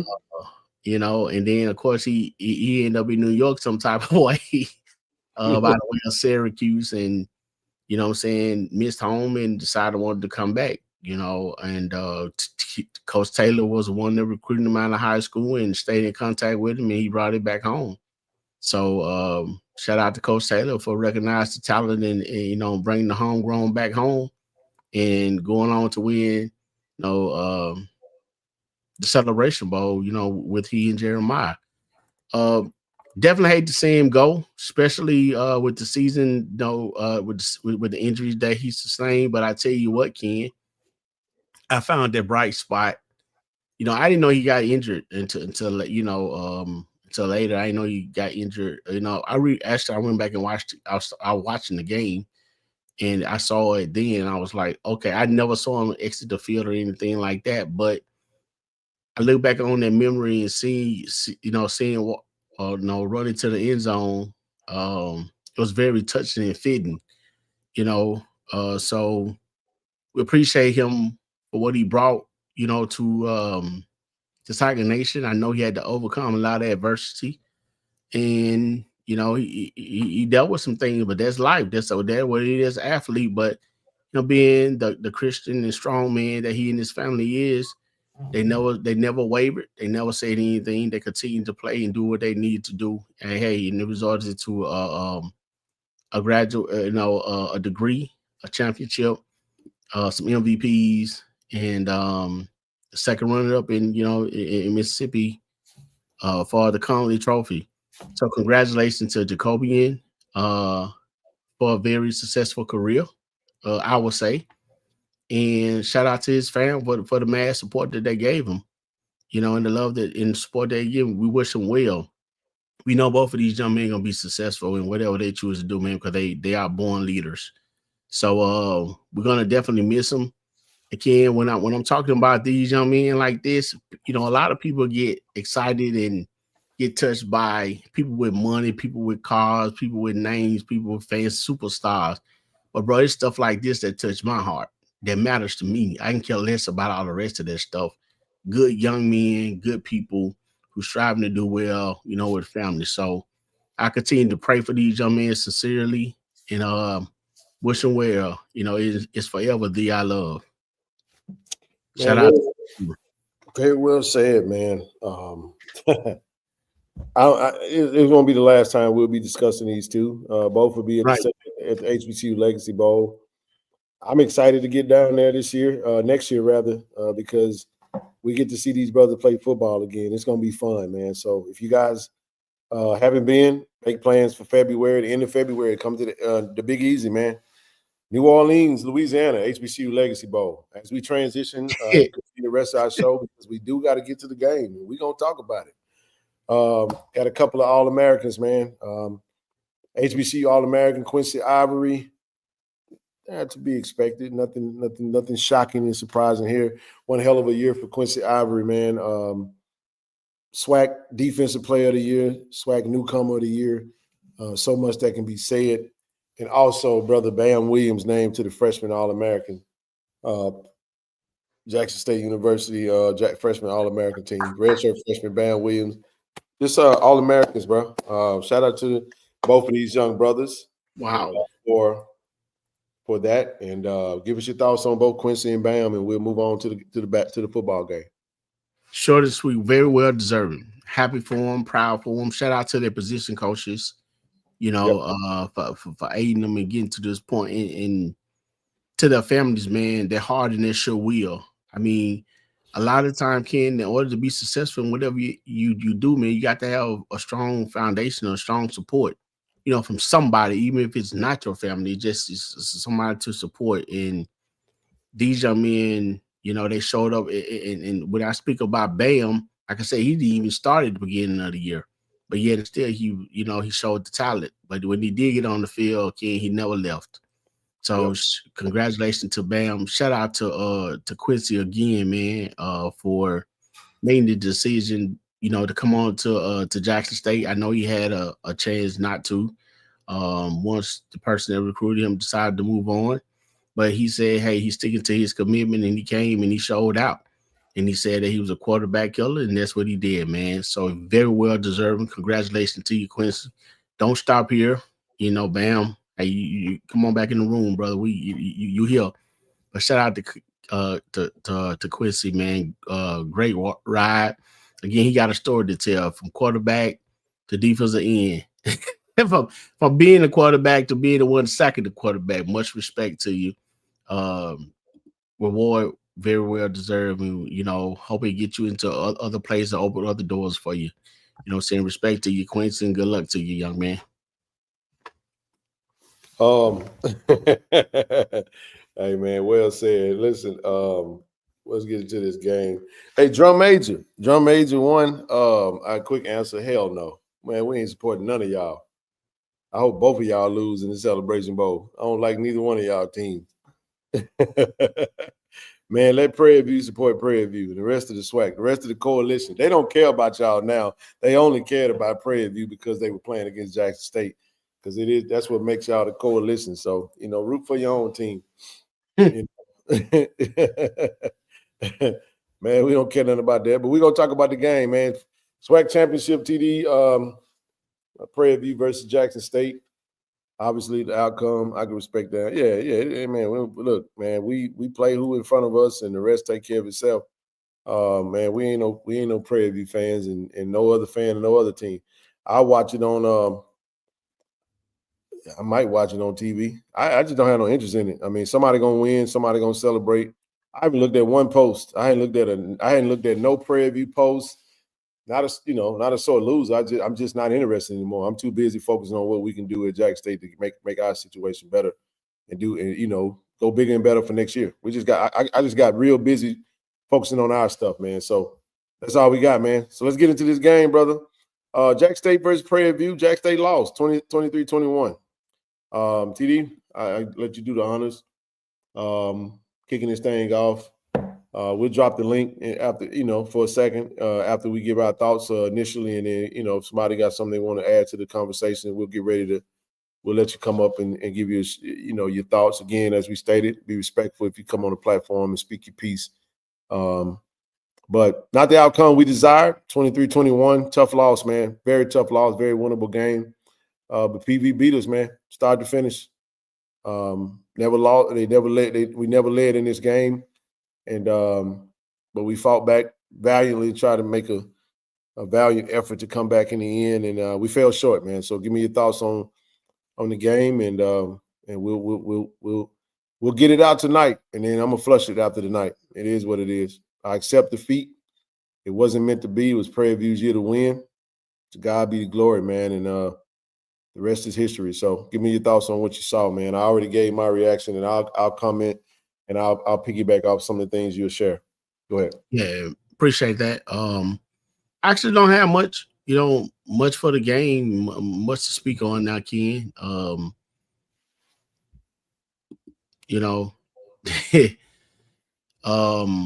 You said flush it, man. I started kind of doing that as I made each step to my vehicle on Saturday. Boy, you said, boy, look at here. We were both flushing. Whoosh. To be honest with you, Ken, I thought that we would win, but I knew that anytime you step on the field, there's a possibility of losing. That's why you play the game. That's why you know what I'm saying. That's why I always use that phrase. That's why you play the game. I did have some questions about, and some of the things I had questions about, unfortunately, they came true. I was hoping that they were wrong. My thoughts were wrong, and but I knew what my eyes were seeing. Yeah, no doubt. I knew what the potential was, and I wasn't gonna lie to myself. But even with all that being said, I thought we'll find a way to pull a genie out the bottle, and unfortunately, the time on the clock didn't allow that to happen. But shout out to the coaching staff. I mean, still was a really, really good season. Yeah. Still was, a valid effort. We still etched our name, saying in the top of the SWAC of being contenders, of being a top-notch school, when it come down to the football program.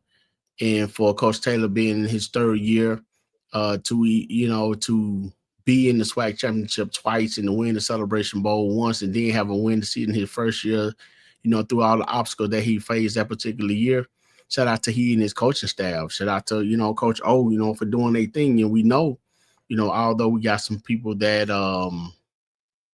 maybe hitting the port or whatever. I mean, I'm pretty sure we'll find a way to bounce back. But like you stated, it was Prairie View year.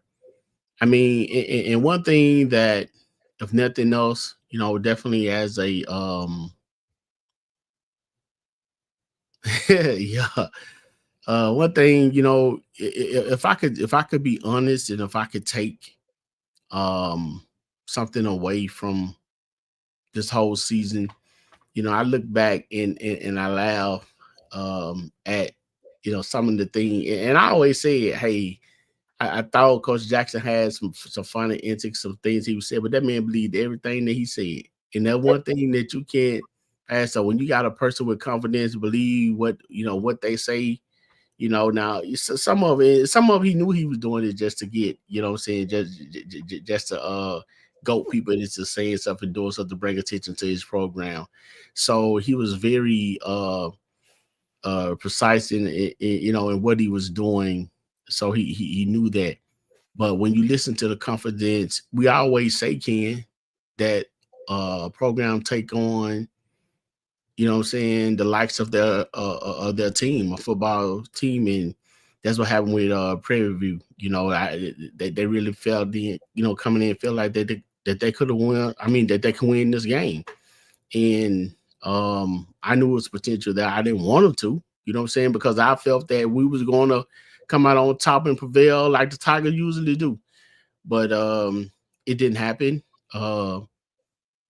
Much respect to them. Congratulations to them. And what happened Saturday. I'm looking forward to see what our coaches do to bounce back, because I know we will, because we are a top-notch program. And we'll run from there. I hope some of the things that everyone have talked about, and that we saw. We definitely hope that they get fixed or they get looked at, or if any problem is seen within it, but something hopefully something better comes out of it, man. And I will say this, Ken, shout out to the to the office, shout out to young Mr. Lockhart, for coming in, doing his thing, for never wavering, even whenever his number, whenever they call number 11, he came in the game and he did his thing. Regardless of what some people think or any faults that may have happened, the young man played with character. He showed that his talent. I'm looking forward to see how he leads this offense. That now that the keys probably most likely will be handed over to him. I know it's still gonna be a quarterback competition at some point. The general is exiting the building, and now it's time to hand the reins off to someone else. And I think Mr. Lockhart did a heck of a job this season filling in when Jacobian went down.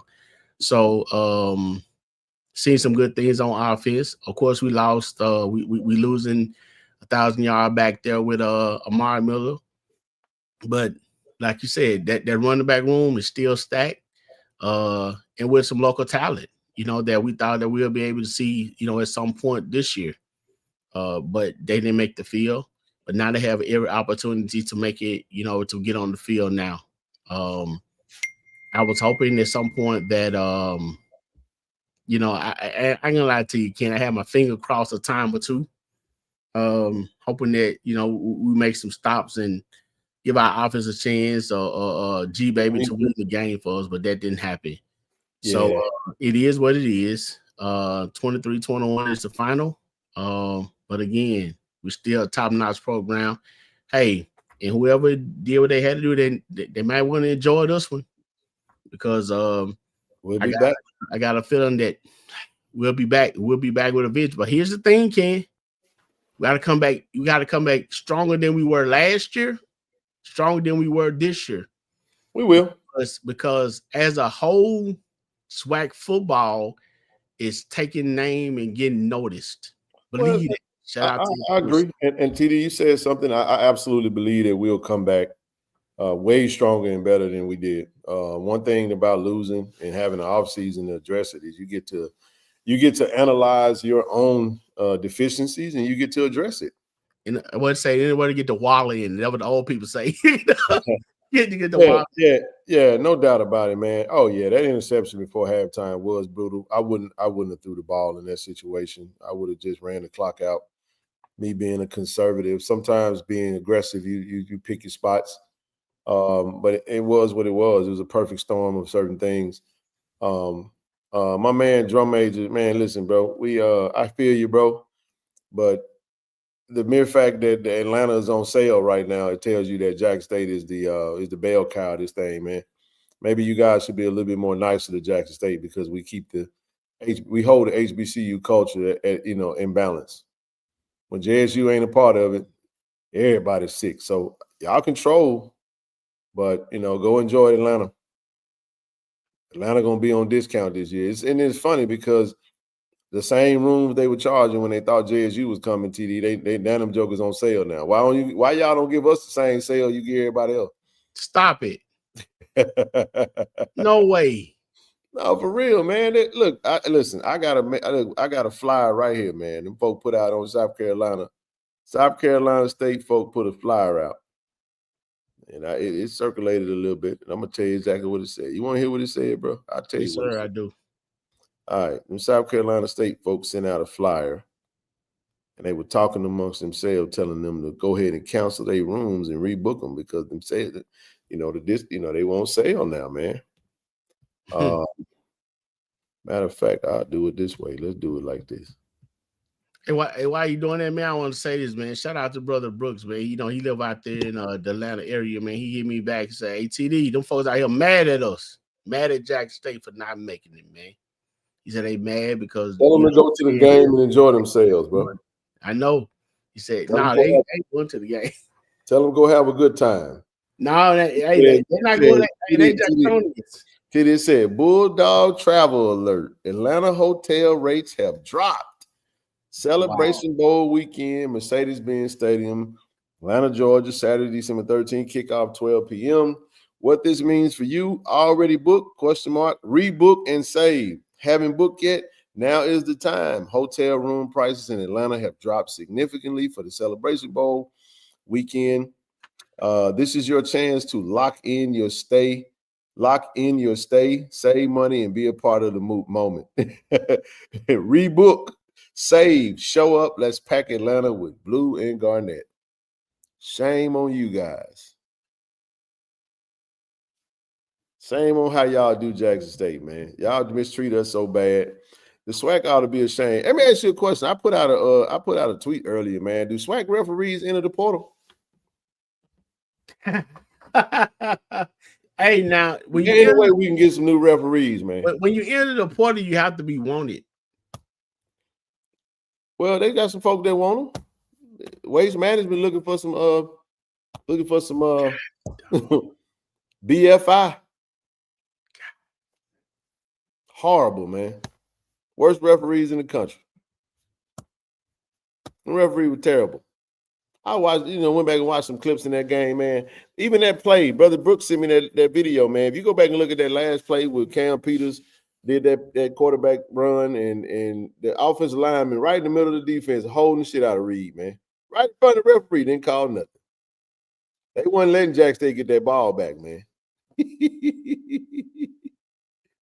Man, it's crazy, bro. I don't know, man. It's like the referees got a vendetta against us, man.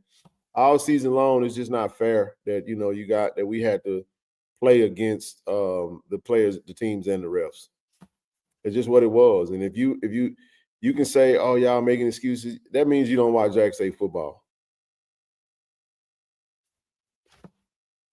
It is what it is. And on top of that, they didn't honor TC's timeout for a review third. That happened in the Grambling game too. Same head referee. Yep. Which play was that? The one where the young man caught the pass and he hit the ground, and Shamar was saying it was incomplete, and they wouldn't review it. They checked it, and I thought they checked it because I looked at the referee and he gave the the catch motion. Man, wherever the referees, I mean, now you know what? I hadn't made it to that play. Did you see that play?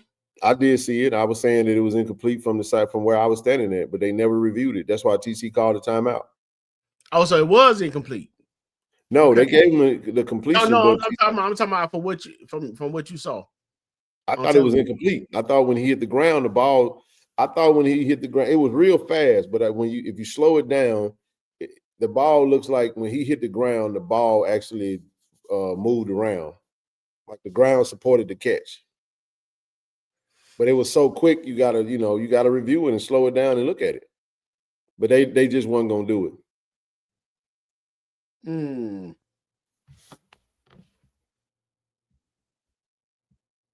But again, man, it was what it was, man. I even said it on Saturday night. I don't feel like the referees were why we lost. But when you start impacting the game, it can lead to certain things like, sustained drives. Like that drive that led to a touchdown on third down, that man was holding like all get out, If you have a third down hold that can take them back, a bunch of yards, who knows? It just wasn't meant to be, so I accepted it, man, and I let it be what it is. Well, I still may find myself in Atlanta this weekend because I will. Our AD is going to be going into the SWAC Hall of Fame. Still may. I talked to him today. Still looking to go out and possibly support. I won't be in Atlanta for the Celebration Bowl, though. I ain't planning on. When is that induction? Friday night.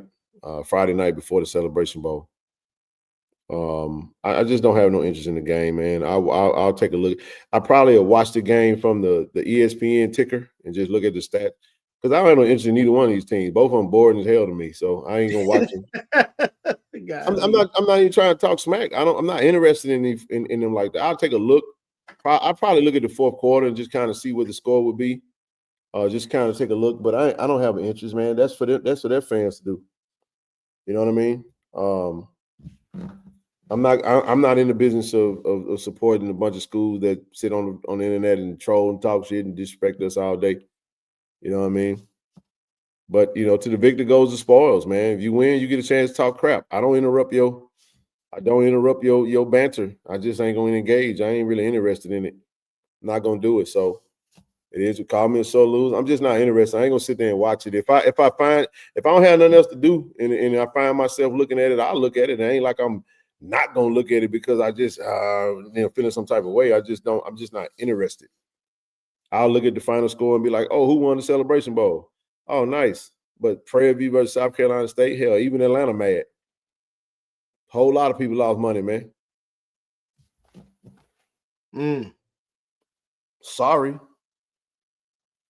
Oh well. But let's get into some of the stats, man, and then we'll move on. We'll drop the link. Let's folks come in real quick.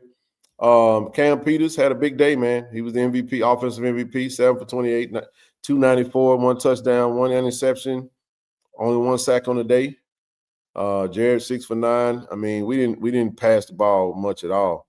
Only 160 passing yards. Defense just seemed to regulate Jack State's offense all game long. We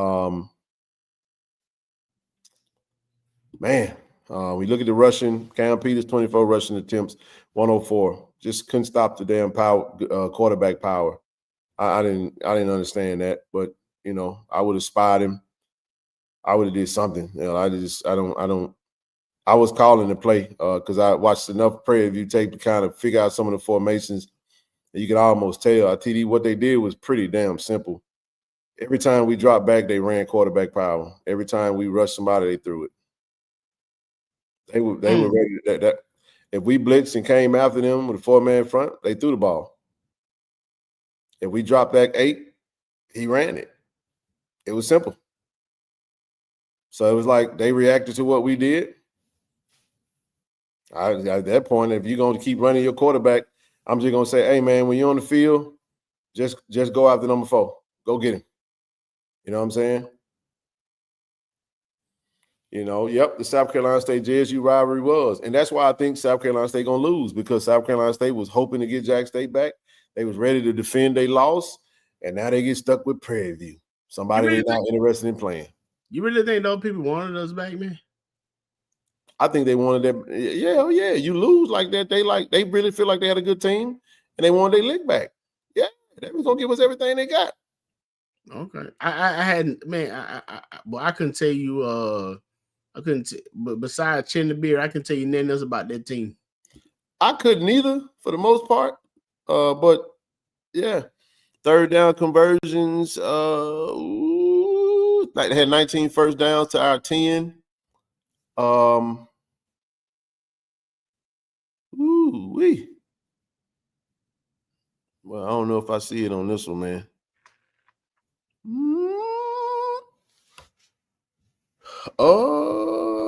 Maybe I can find it for you, man. Go look at it on the internet. I ain't gonna waste too much time looking for it. What are you looking for? They said third down stats. See, this is the thing, man, and this is the thing. We can't be reactive. Defense had a habit of waiting on the offense to dictate the play before reacting to. I mean, that's no Davenport didn't play on Saturday. Not sure what happened with that. When you get into the stats, let's go back through the stats real quick. Man, we pretty much for the most part shut them down rushing. Third down, they was 10 for 21. We was 2 for 10 efficiency. Fourth down, they was 1 for 3. We was 1 for 1. There you go. Good stat. I mean, listen, man. Good job stopping the run. We just couldn't stop the quarterback. They stopped our rushing attack. Mod Miller, 13 carries, 36 yards. Travis Terrell, no Davenport. That hurt. Receiving, Rockwell, 4 receptions, 96. He got over 1,000 yards in this game. Man, I mean, he threw the ball to, good gracious alive, 9 different receivers. King, did you say good job at stopping the run? Stopping the run, they're rushing their running backs. We just didn't stop running back. Okay. No, I said we didn't stop the run. I said good job of stopping the run. We just didn't stop the quarterback. Oh, yeah, like stopping the actual running backs. We they couldn't get them. Bingham 11 carries for 28 yards, 2.1. Not pretty pedestrian day, but hell, the damn running back was the quarterback. So just saying, bro. Yeah. That's tough, man. Tough way to go out. It sucks because you got to get the ball back, and I mean the quarterback ran the ball 3 straight times. You kind of know what's coming. You got to sell out to go get it. 3rd and 9, 3rd and 10, the quarterback, running the ball. Yeah. I mean, Dupree, 2 receptions, 37 yards. Shamar, 1 big pass. Nate Rembert. Bull jump call, man, on the crackback blindside block. I thought, I wish Shamar would have just put his hands up and ran in front of him. Nate would have scored. We still wound up scoring. But that's time in the game that you lose because you still got to continue to try to get in the end zone, right? So I looked at that plays. I looked at that plays a few ways, Ken. The first question I had to myself, would that dude had a caught Nate?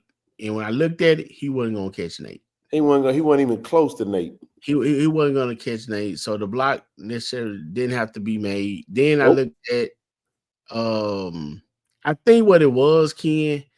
I think it was the maybe they felt it was unnecessary. It was egregious. I mean, he laid him. He laid that wood to him. That was that my old teammate shit, man. I'm gonna man. He hit that young man so hard that young man didn't know what state what state he was in or nothing.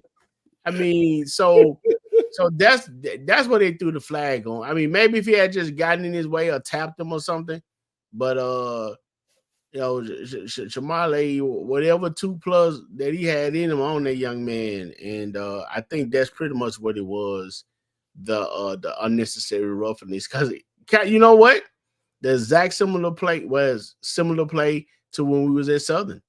When Simmons made about that TD, man, we just gotta be more disciplined and smart on the field, bro. Yes, sir. We have to. But that that goes back into the season when people get on and say, man, that type of stuff like that could hurt us in the long run. That's what they mean. Yep. Yeah, that's what they mean. No shot. Like I said, one of the things we were susceptible to all year long is giving up points right before the half. For some reason, one way or the other, we gave up points right before the half. I said it on my reaction.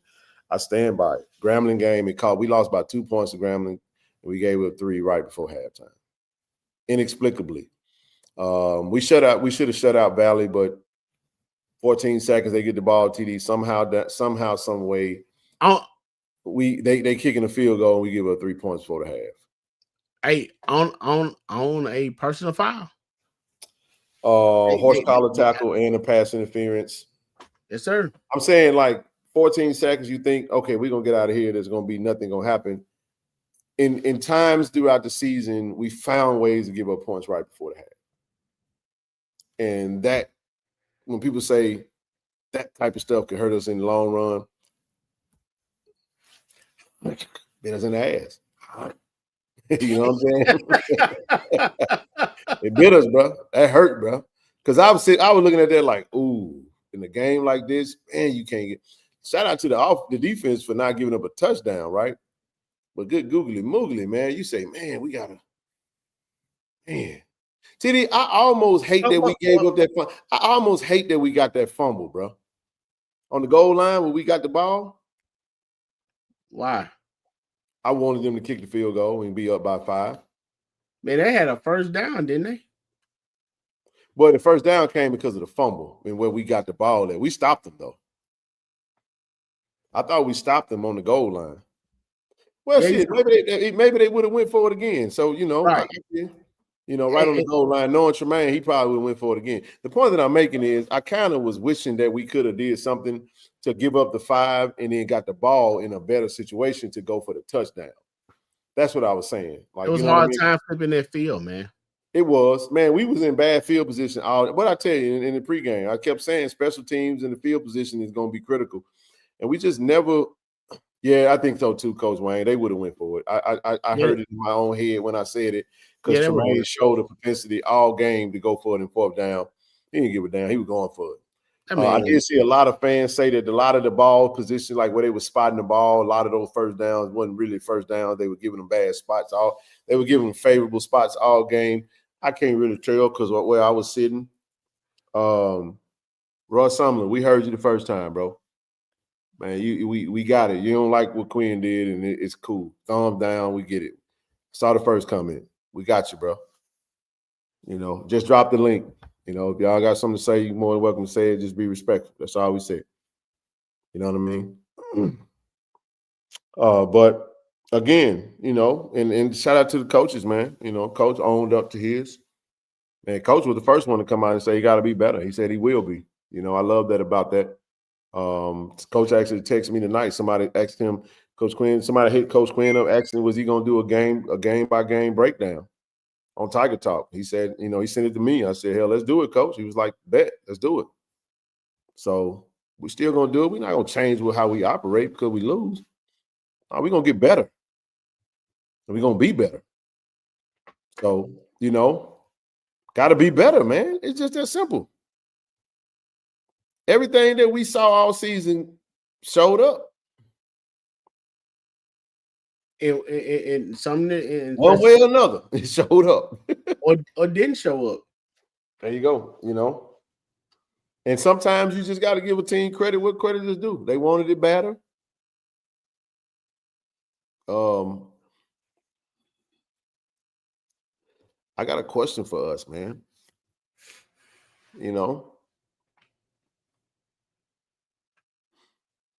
When you win, you lose some of that, TD. You know what I'm saying? How bad do you want to win the next year? That's why I said from what I was seeing, I kept saying from what I'm seeing, it almost feels like we got to lose for us to want it more.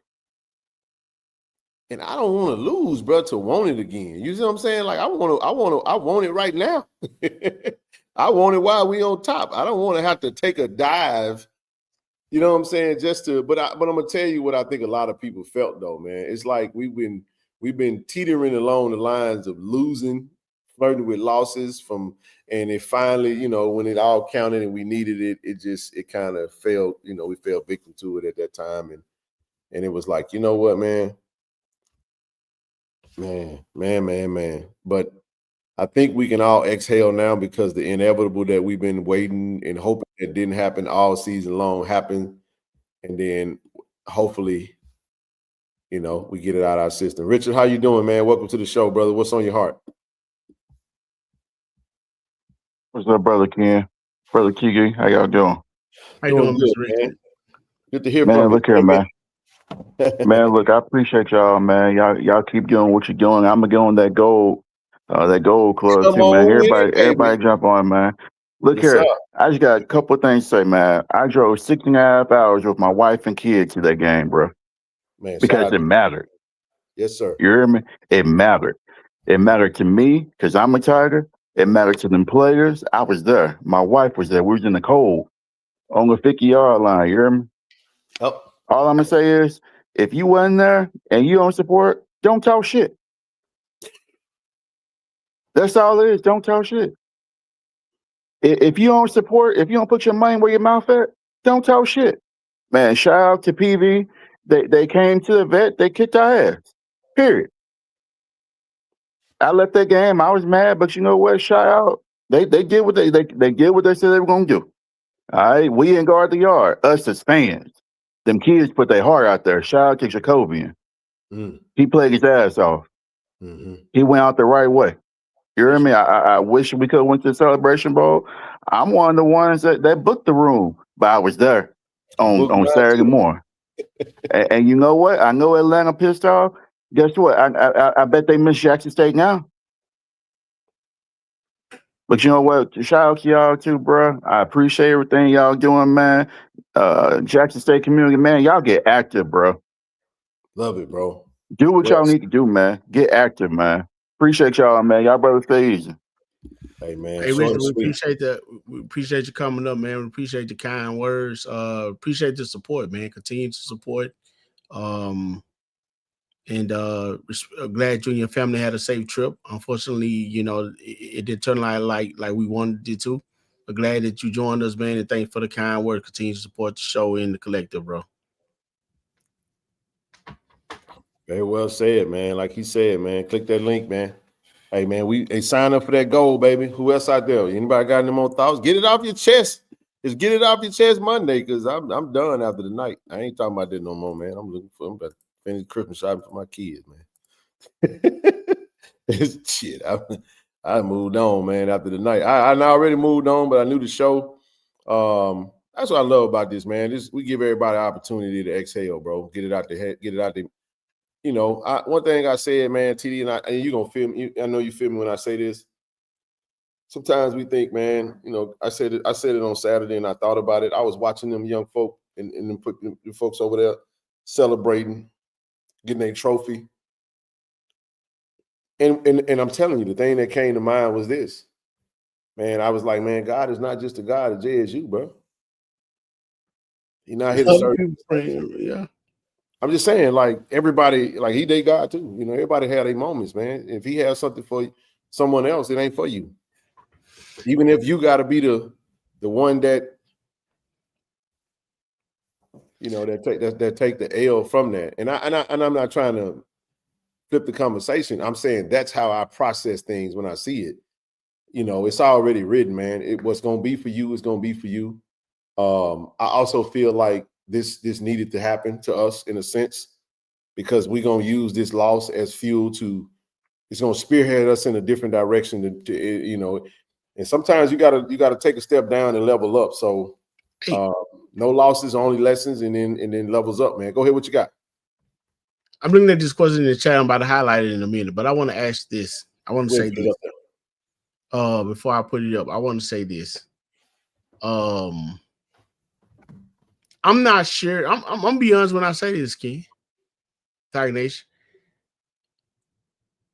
I think Coach Tremaine Jackson teetered with, and it always a fine line with arrogance and confidence, but the man just spoke his truth. You can call it. I mean, it depends on right. It depends on how you want to take it. The man said what he wanted. The man said what he was going to do. You know what he did, and you know what, and you know. So with that being said, with this question right here, who was more arrogant at the time? Was it Chennisberry when we played South Carolina last year? Yeah. Or is it Coach Jackson? Oh, so let me tell you what I think Coach Jackson did. You know what he did, bro? Man, he manifested it, bro. Yeah.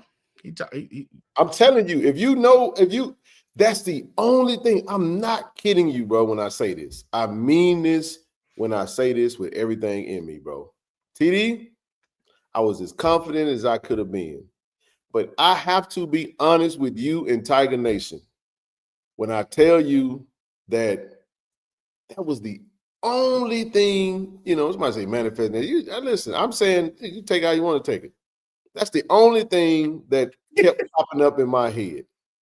He in Atlanta. He sung about Atlanta when he got there, and he's in Atlanta. So call it luck. This is what I'm trying to explain to you. He put it out there in the atmosphere, and he made everybody believe it. Everybody started moving towards a goal. That's what he did. He galvanized his people, his staff, his fans, his team to make it happen, and they won. I ain't singing his praises. I'm just telling you what he did. You're right, Justin. What do you say? So again, I mean, just think about this, Ken. The man brought in what on that day. I mean, on that 67 day, players. Most of them were graduates. So did we. What? Look, man, I'm gonna leave that alone, bro. We can just disagree. We don't have to. I ain't gonna do the back and forth. Yeah. So I'm not. Let me say this, bro. What I am not doing is saying anything to try to make somebody believe or agree with me on this. I'm telling you how I see it and what my thoughts were. And I said, there's a couple of things, bro. I was like, I don't know what he said. I haven't seen anything. I didn't watch the post-game interview. I haven't seen a post. I don't know what PV is saying. I don't know what's being talked about. I haven't watched anything. All I know was the man came in the conference and he started, somehow the footage got out there singing about Atlanta and whatever the case may be, and they got to Atlanta. So you figure out what happened. It was, I guess you could say it was meant to be, or he put a thought out there. But I mean, when I say, man, this is what I'm saying. He put a thought out there, TD, that made everybody told us, and no, he didn't. Y'all didn't believe Cozy. That's the problem. There was no buy-in. Again, what I'm saying to you is the man put a thought out there, and I'm saying he got everybody to buy into it, and they bought into it, and they did what they had to do. Straight A facts. I hear what you're saying, man. I hear what Ken's saying. Basically, what you're saying that when you mix it all together, they prepared. He kept talking about it. You know what? I tell you, It's a lot of people that frown on stuff like that. I get it. They don't want to. I'm not trying. Like I said, I wasn't trying to convince anybody either way. I was just saying, this is what I'm saying, and I'm gonna be quiet about it. I said he put it out there. He spoke it out there. I ain't gonna go biblical, but it say you tell me either the Bible is wrong or it's right. What are you gonna tell me? For so a man thinketh, and so shall it be. For those who think that way, you see. I've seen success from how I thought.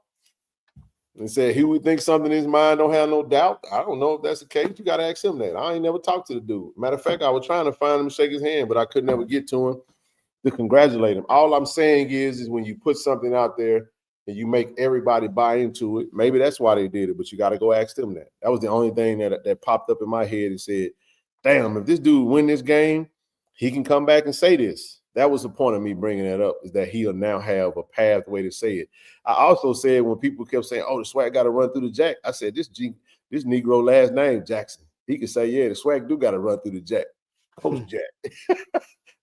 You know what I'm saying? Like it was stuff I'm saying in my head. Like he got some stuff out there that if he really wanted to use it, like I said, I hadn't watched anything, so I don't know if he said it or not. Maybe he did.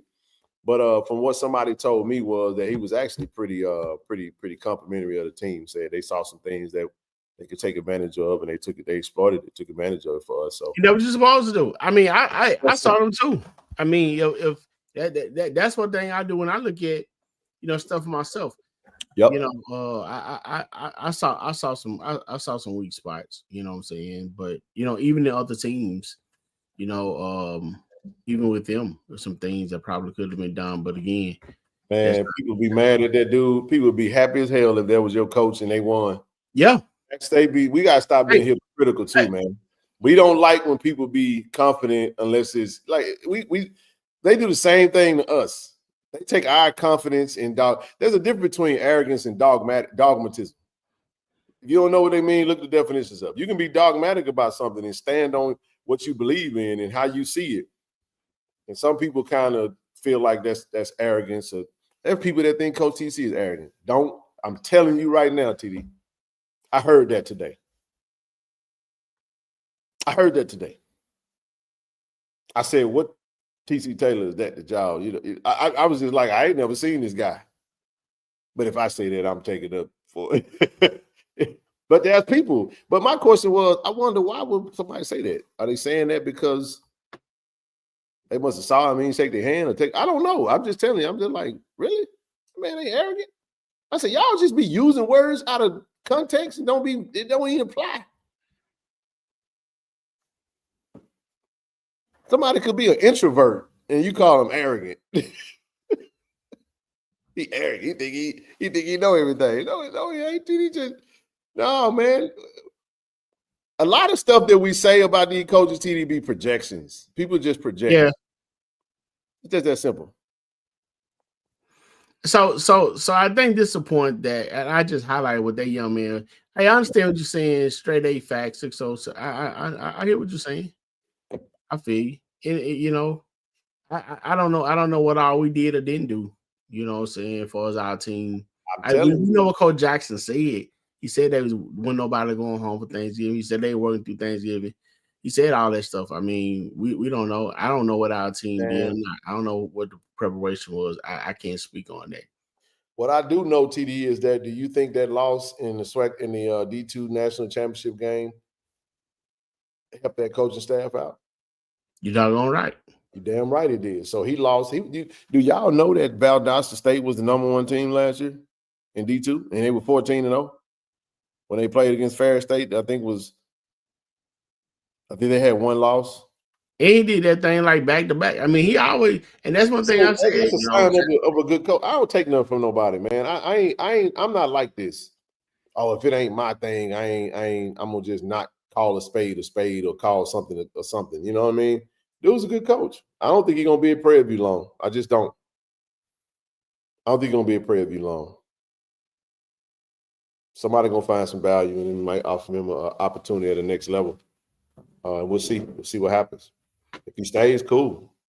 But I think Prairie View gonna have something to say in the West. I think like TD, you made a great point, man. I fully expect the SWAC to be a lot better next year. I really do. It's gonna be tight, bro. Cozy gonna be gone. We don't know who fam you're gonna hire. Marshall Falk in the West. That team's gonna probably get a little better. Come on, man. Bethune-Cookman's gonna reload. Alabama State gonna reload. You saw Marcus Harris, the running back, hit the portal. I'm pretty sure there's gonna be some more players hit the portal come between now and January the 16th. So we'll see the portal fall out, and then we'll see things kind of round out. Gramblin's on the uptick. Alcorn is bleeding talent, but they're gonna have to re-recruit and reload. Did they run back hit the portal?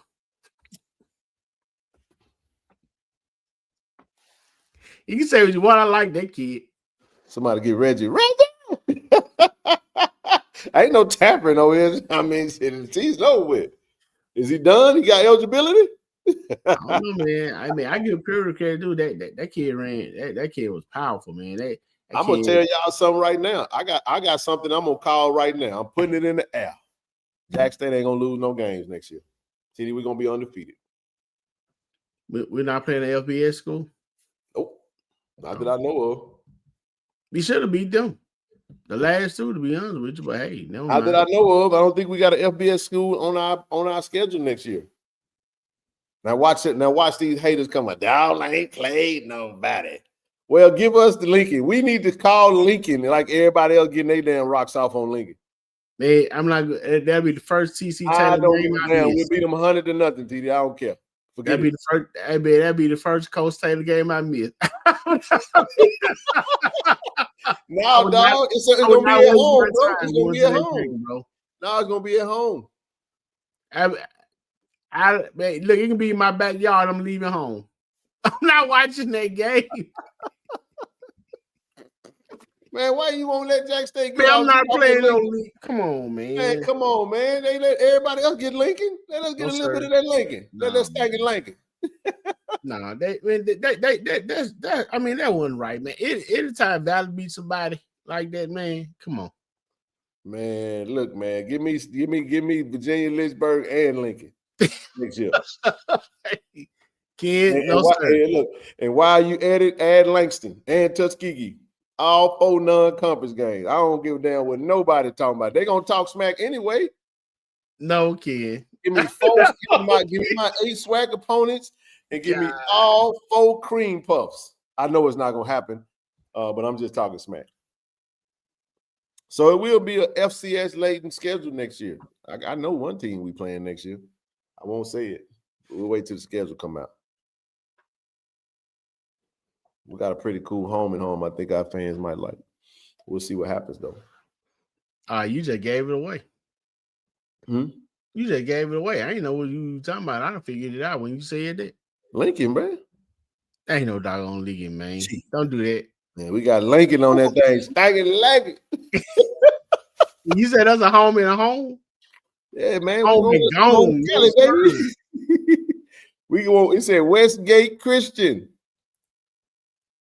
I'm just saying, like I tell you, look at man. I want Lincoln. Give me Lincoln and Virginia Lynchburg. I need that.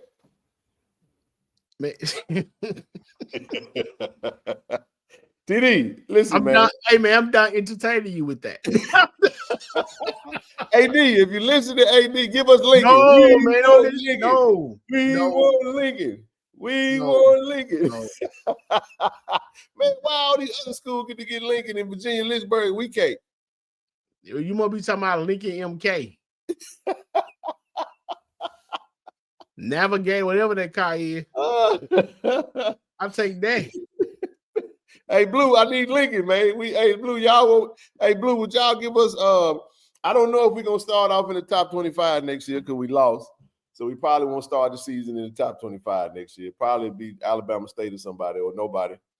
Now, dog. All right, man. I won't do Lincoln. Give me somebody else, man. Give me Tuskegee again. Let's see.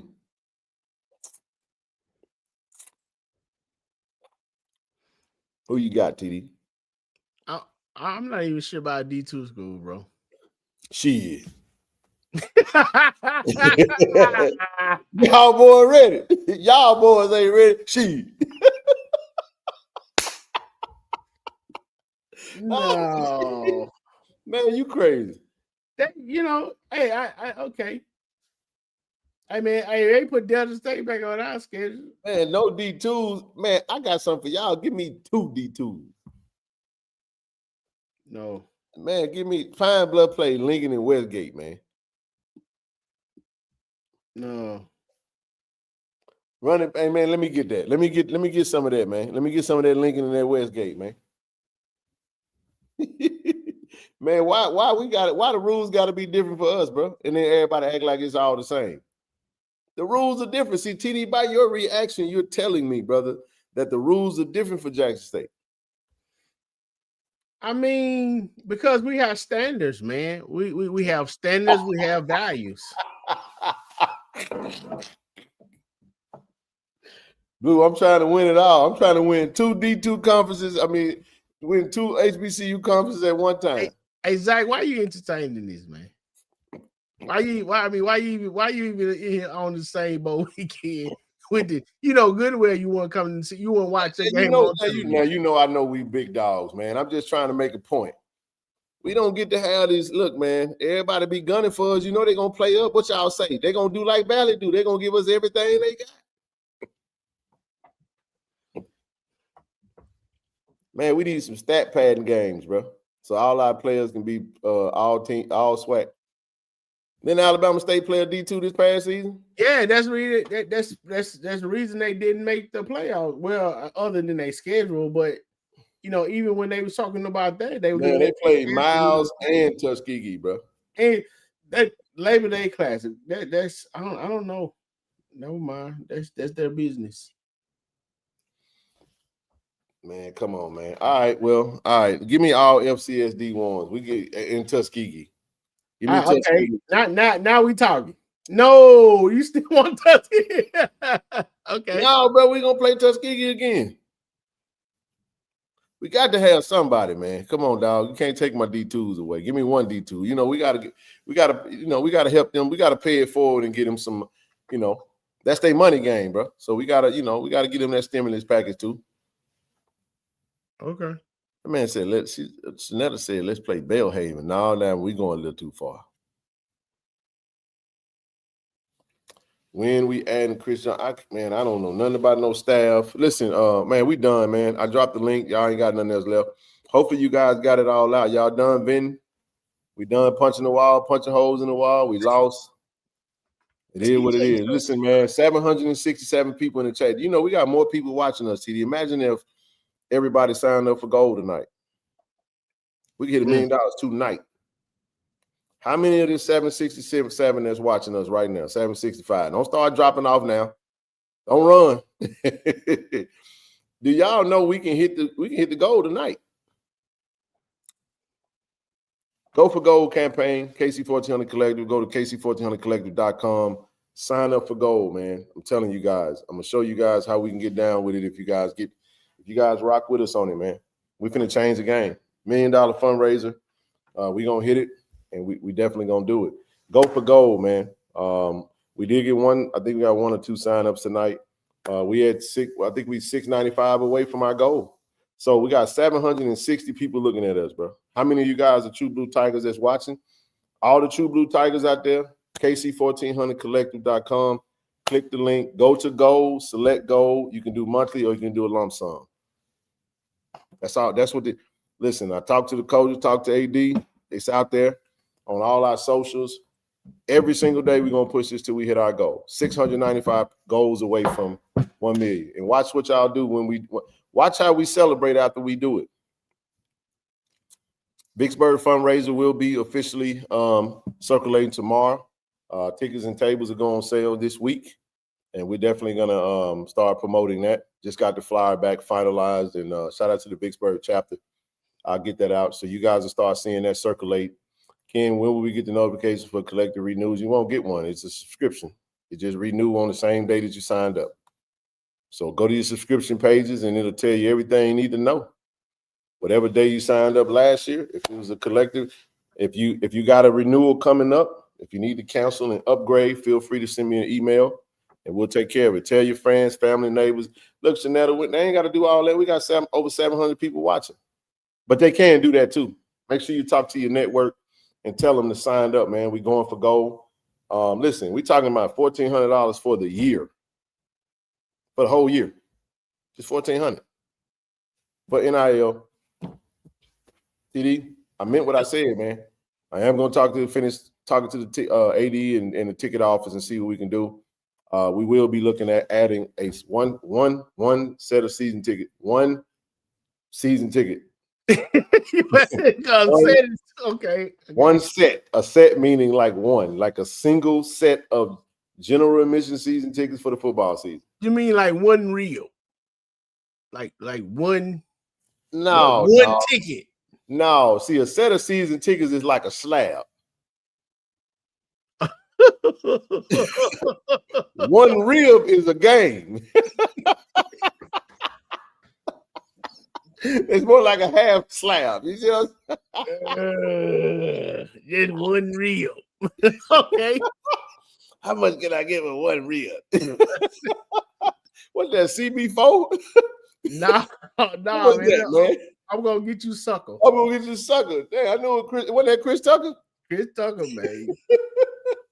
Why the hell I thought it was CB4? How much does one rib cost? Nah, CB4 had that big biscuit. One book of tickets. One book. But no, man, y'all know we can just set a season tickets. I think we can also help, sell season. That was Chris Rock. What did I say? Chris Tucker? My bad, man. Yeah, Chris Rock. It was Chris Rock. My fault. I'm looking at his face and saying Chris Tucker. It's getting late, y'all. All right, man. We done. Go for gold, man. Click the link, get signed up. We need your support, man. And the only way we can do it is if you guys rock. Other perks come with this? Yeah, we still gonna have now the perks will change. So listen, if you have signed up for a goal and you fulfilled your commitment, make sure you order your perks before the month is out. TD, you know why? Because everything that's left over, because for next year, t-shirts are gonna look different. We're gonna change the t-shirt for next year. So the perks will change. It won't be, if we're gonna add season tickets to some of these perks, obviously it's not gonna be all the stuff that we gave this past year. It will be a little different. The cool jackets that we got, that will go for the Diamond. Diamond gonna get a lot next year, bro. Some pretty cool stuff. Diamond get a set of season tickets, parking pass, and a jacket. Some dope stuff, man. So listen, man, we appreciate you guys, man. It's been a hell of a year. Our last football recap for the year. Your cousin speaking to you. Hey, Miss Thelma, hey sis, what you got? Dang. The Signia, their room, I know. How much they going for now? Cause they... Look at LaDon in the chat. Man, they done dropped the Insignia down to $259 a night. I don't know. I ain't gonna be over there, but we'll see. Hey, Ken, why you speak to your cousin, man? What the hell am I say? I'm sorry, my bad. Man, nobody thinking about no Broncos.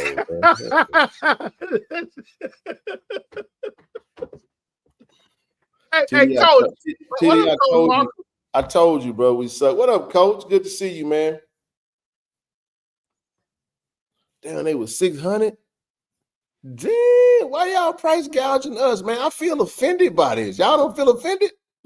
Yeah. Man, the Signia is 186. They giving away 5-star experiences for $100.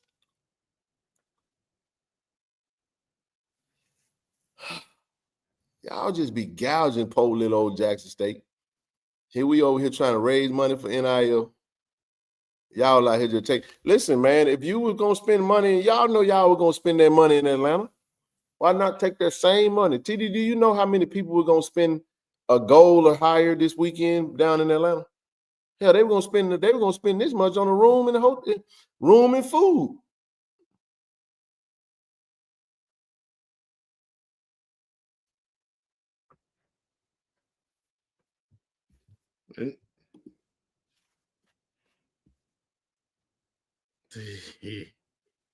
You see what I'm saying? They know y'all gonna come to Atlanta and spend money. But when I rolled out an initiative that could absolutely do.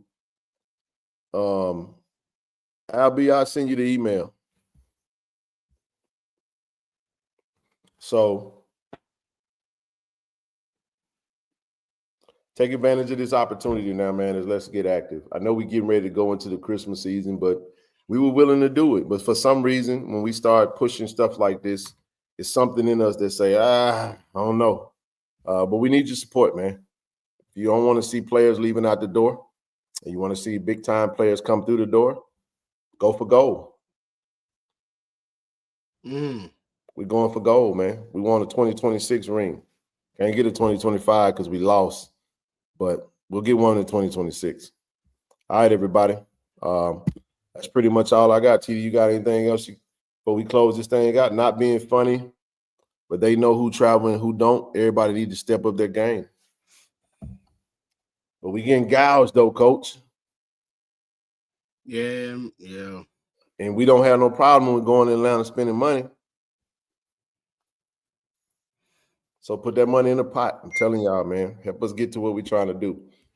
That's all I got, man. I appreciate you guys, man. We will be back for a quick, brief show on Wednesday. We'll do quick updates. Still won't bring the Friday night show back just yet. If anything, if we need to give updates, I'll pre-record something and put it out there for the time being. And then we're going to take a break, man. We'll come back after the new year. We'll do a new year closeout show, and then we'll come back on the new year. We'll switch up some things, make some things look a little different, and we'll come back with a whole new plan for 2026. What you got, bro? Now that the season over, don't forget to go get your basketball ticket. Support the Lady Tigers and the men, Coach Richard and her staff and the basketball team, along with Coach Mo, Coach Trey, and the boy basketball team. Go Tigers! Yeah, man, they will be soon, right? They're gonna be in Atlanta next week, bro. Not this week, but next week, playing in the Chris Paul Classic. Yeah. Coach called me and see if I, was gonna pull up. Not sure if I'll make it. I know I'll be more than likely coming to support our AD as he go into the Hall of Fame along with Coach Sean Gregory, and go over and just support and get on up out of there, man. That's the goal. So, hey, you guys, we appreciate you guys for tuning in. Make sure you hit the subscribe button. Become a channel member. Every level of support matters. Join the movement, man. Don't get look. I'm gonna say it again. We launched a $1 million NIL fundraising initiative. It's called Go for Gold. We're hunting for 750 gold supporters. When we dropped this tweet, it was 695 away from our goal. We're now 695 away from our goal. So we're looking for gold members, man. We're looking for gold members, and we're not going to stop until we get there. If it take us all year to get there, it's worth the goal, because that's what our goal is, to get to gold. This is the gold standard, and we are the bell cow of this thing. As we said, don't get mad, get active. Let your emotions do the talking by, contributing with your efforts. That's all I got. I'll see you guys back on Wednesday. Do y'all love? Go Tigers. Peace out, everybody. Hey, this True Thompson. True, you gotta get word for Tiger Nation, man. I love y'all. Tiger Nation. Do y'all love? Go Tigers, baby. Appreciate you.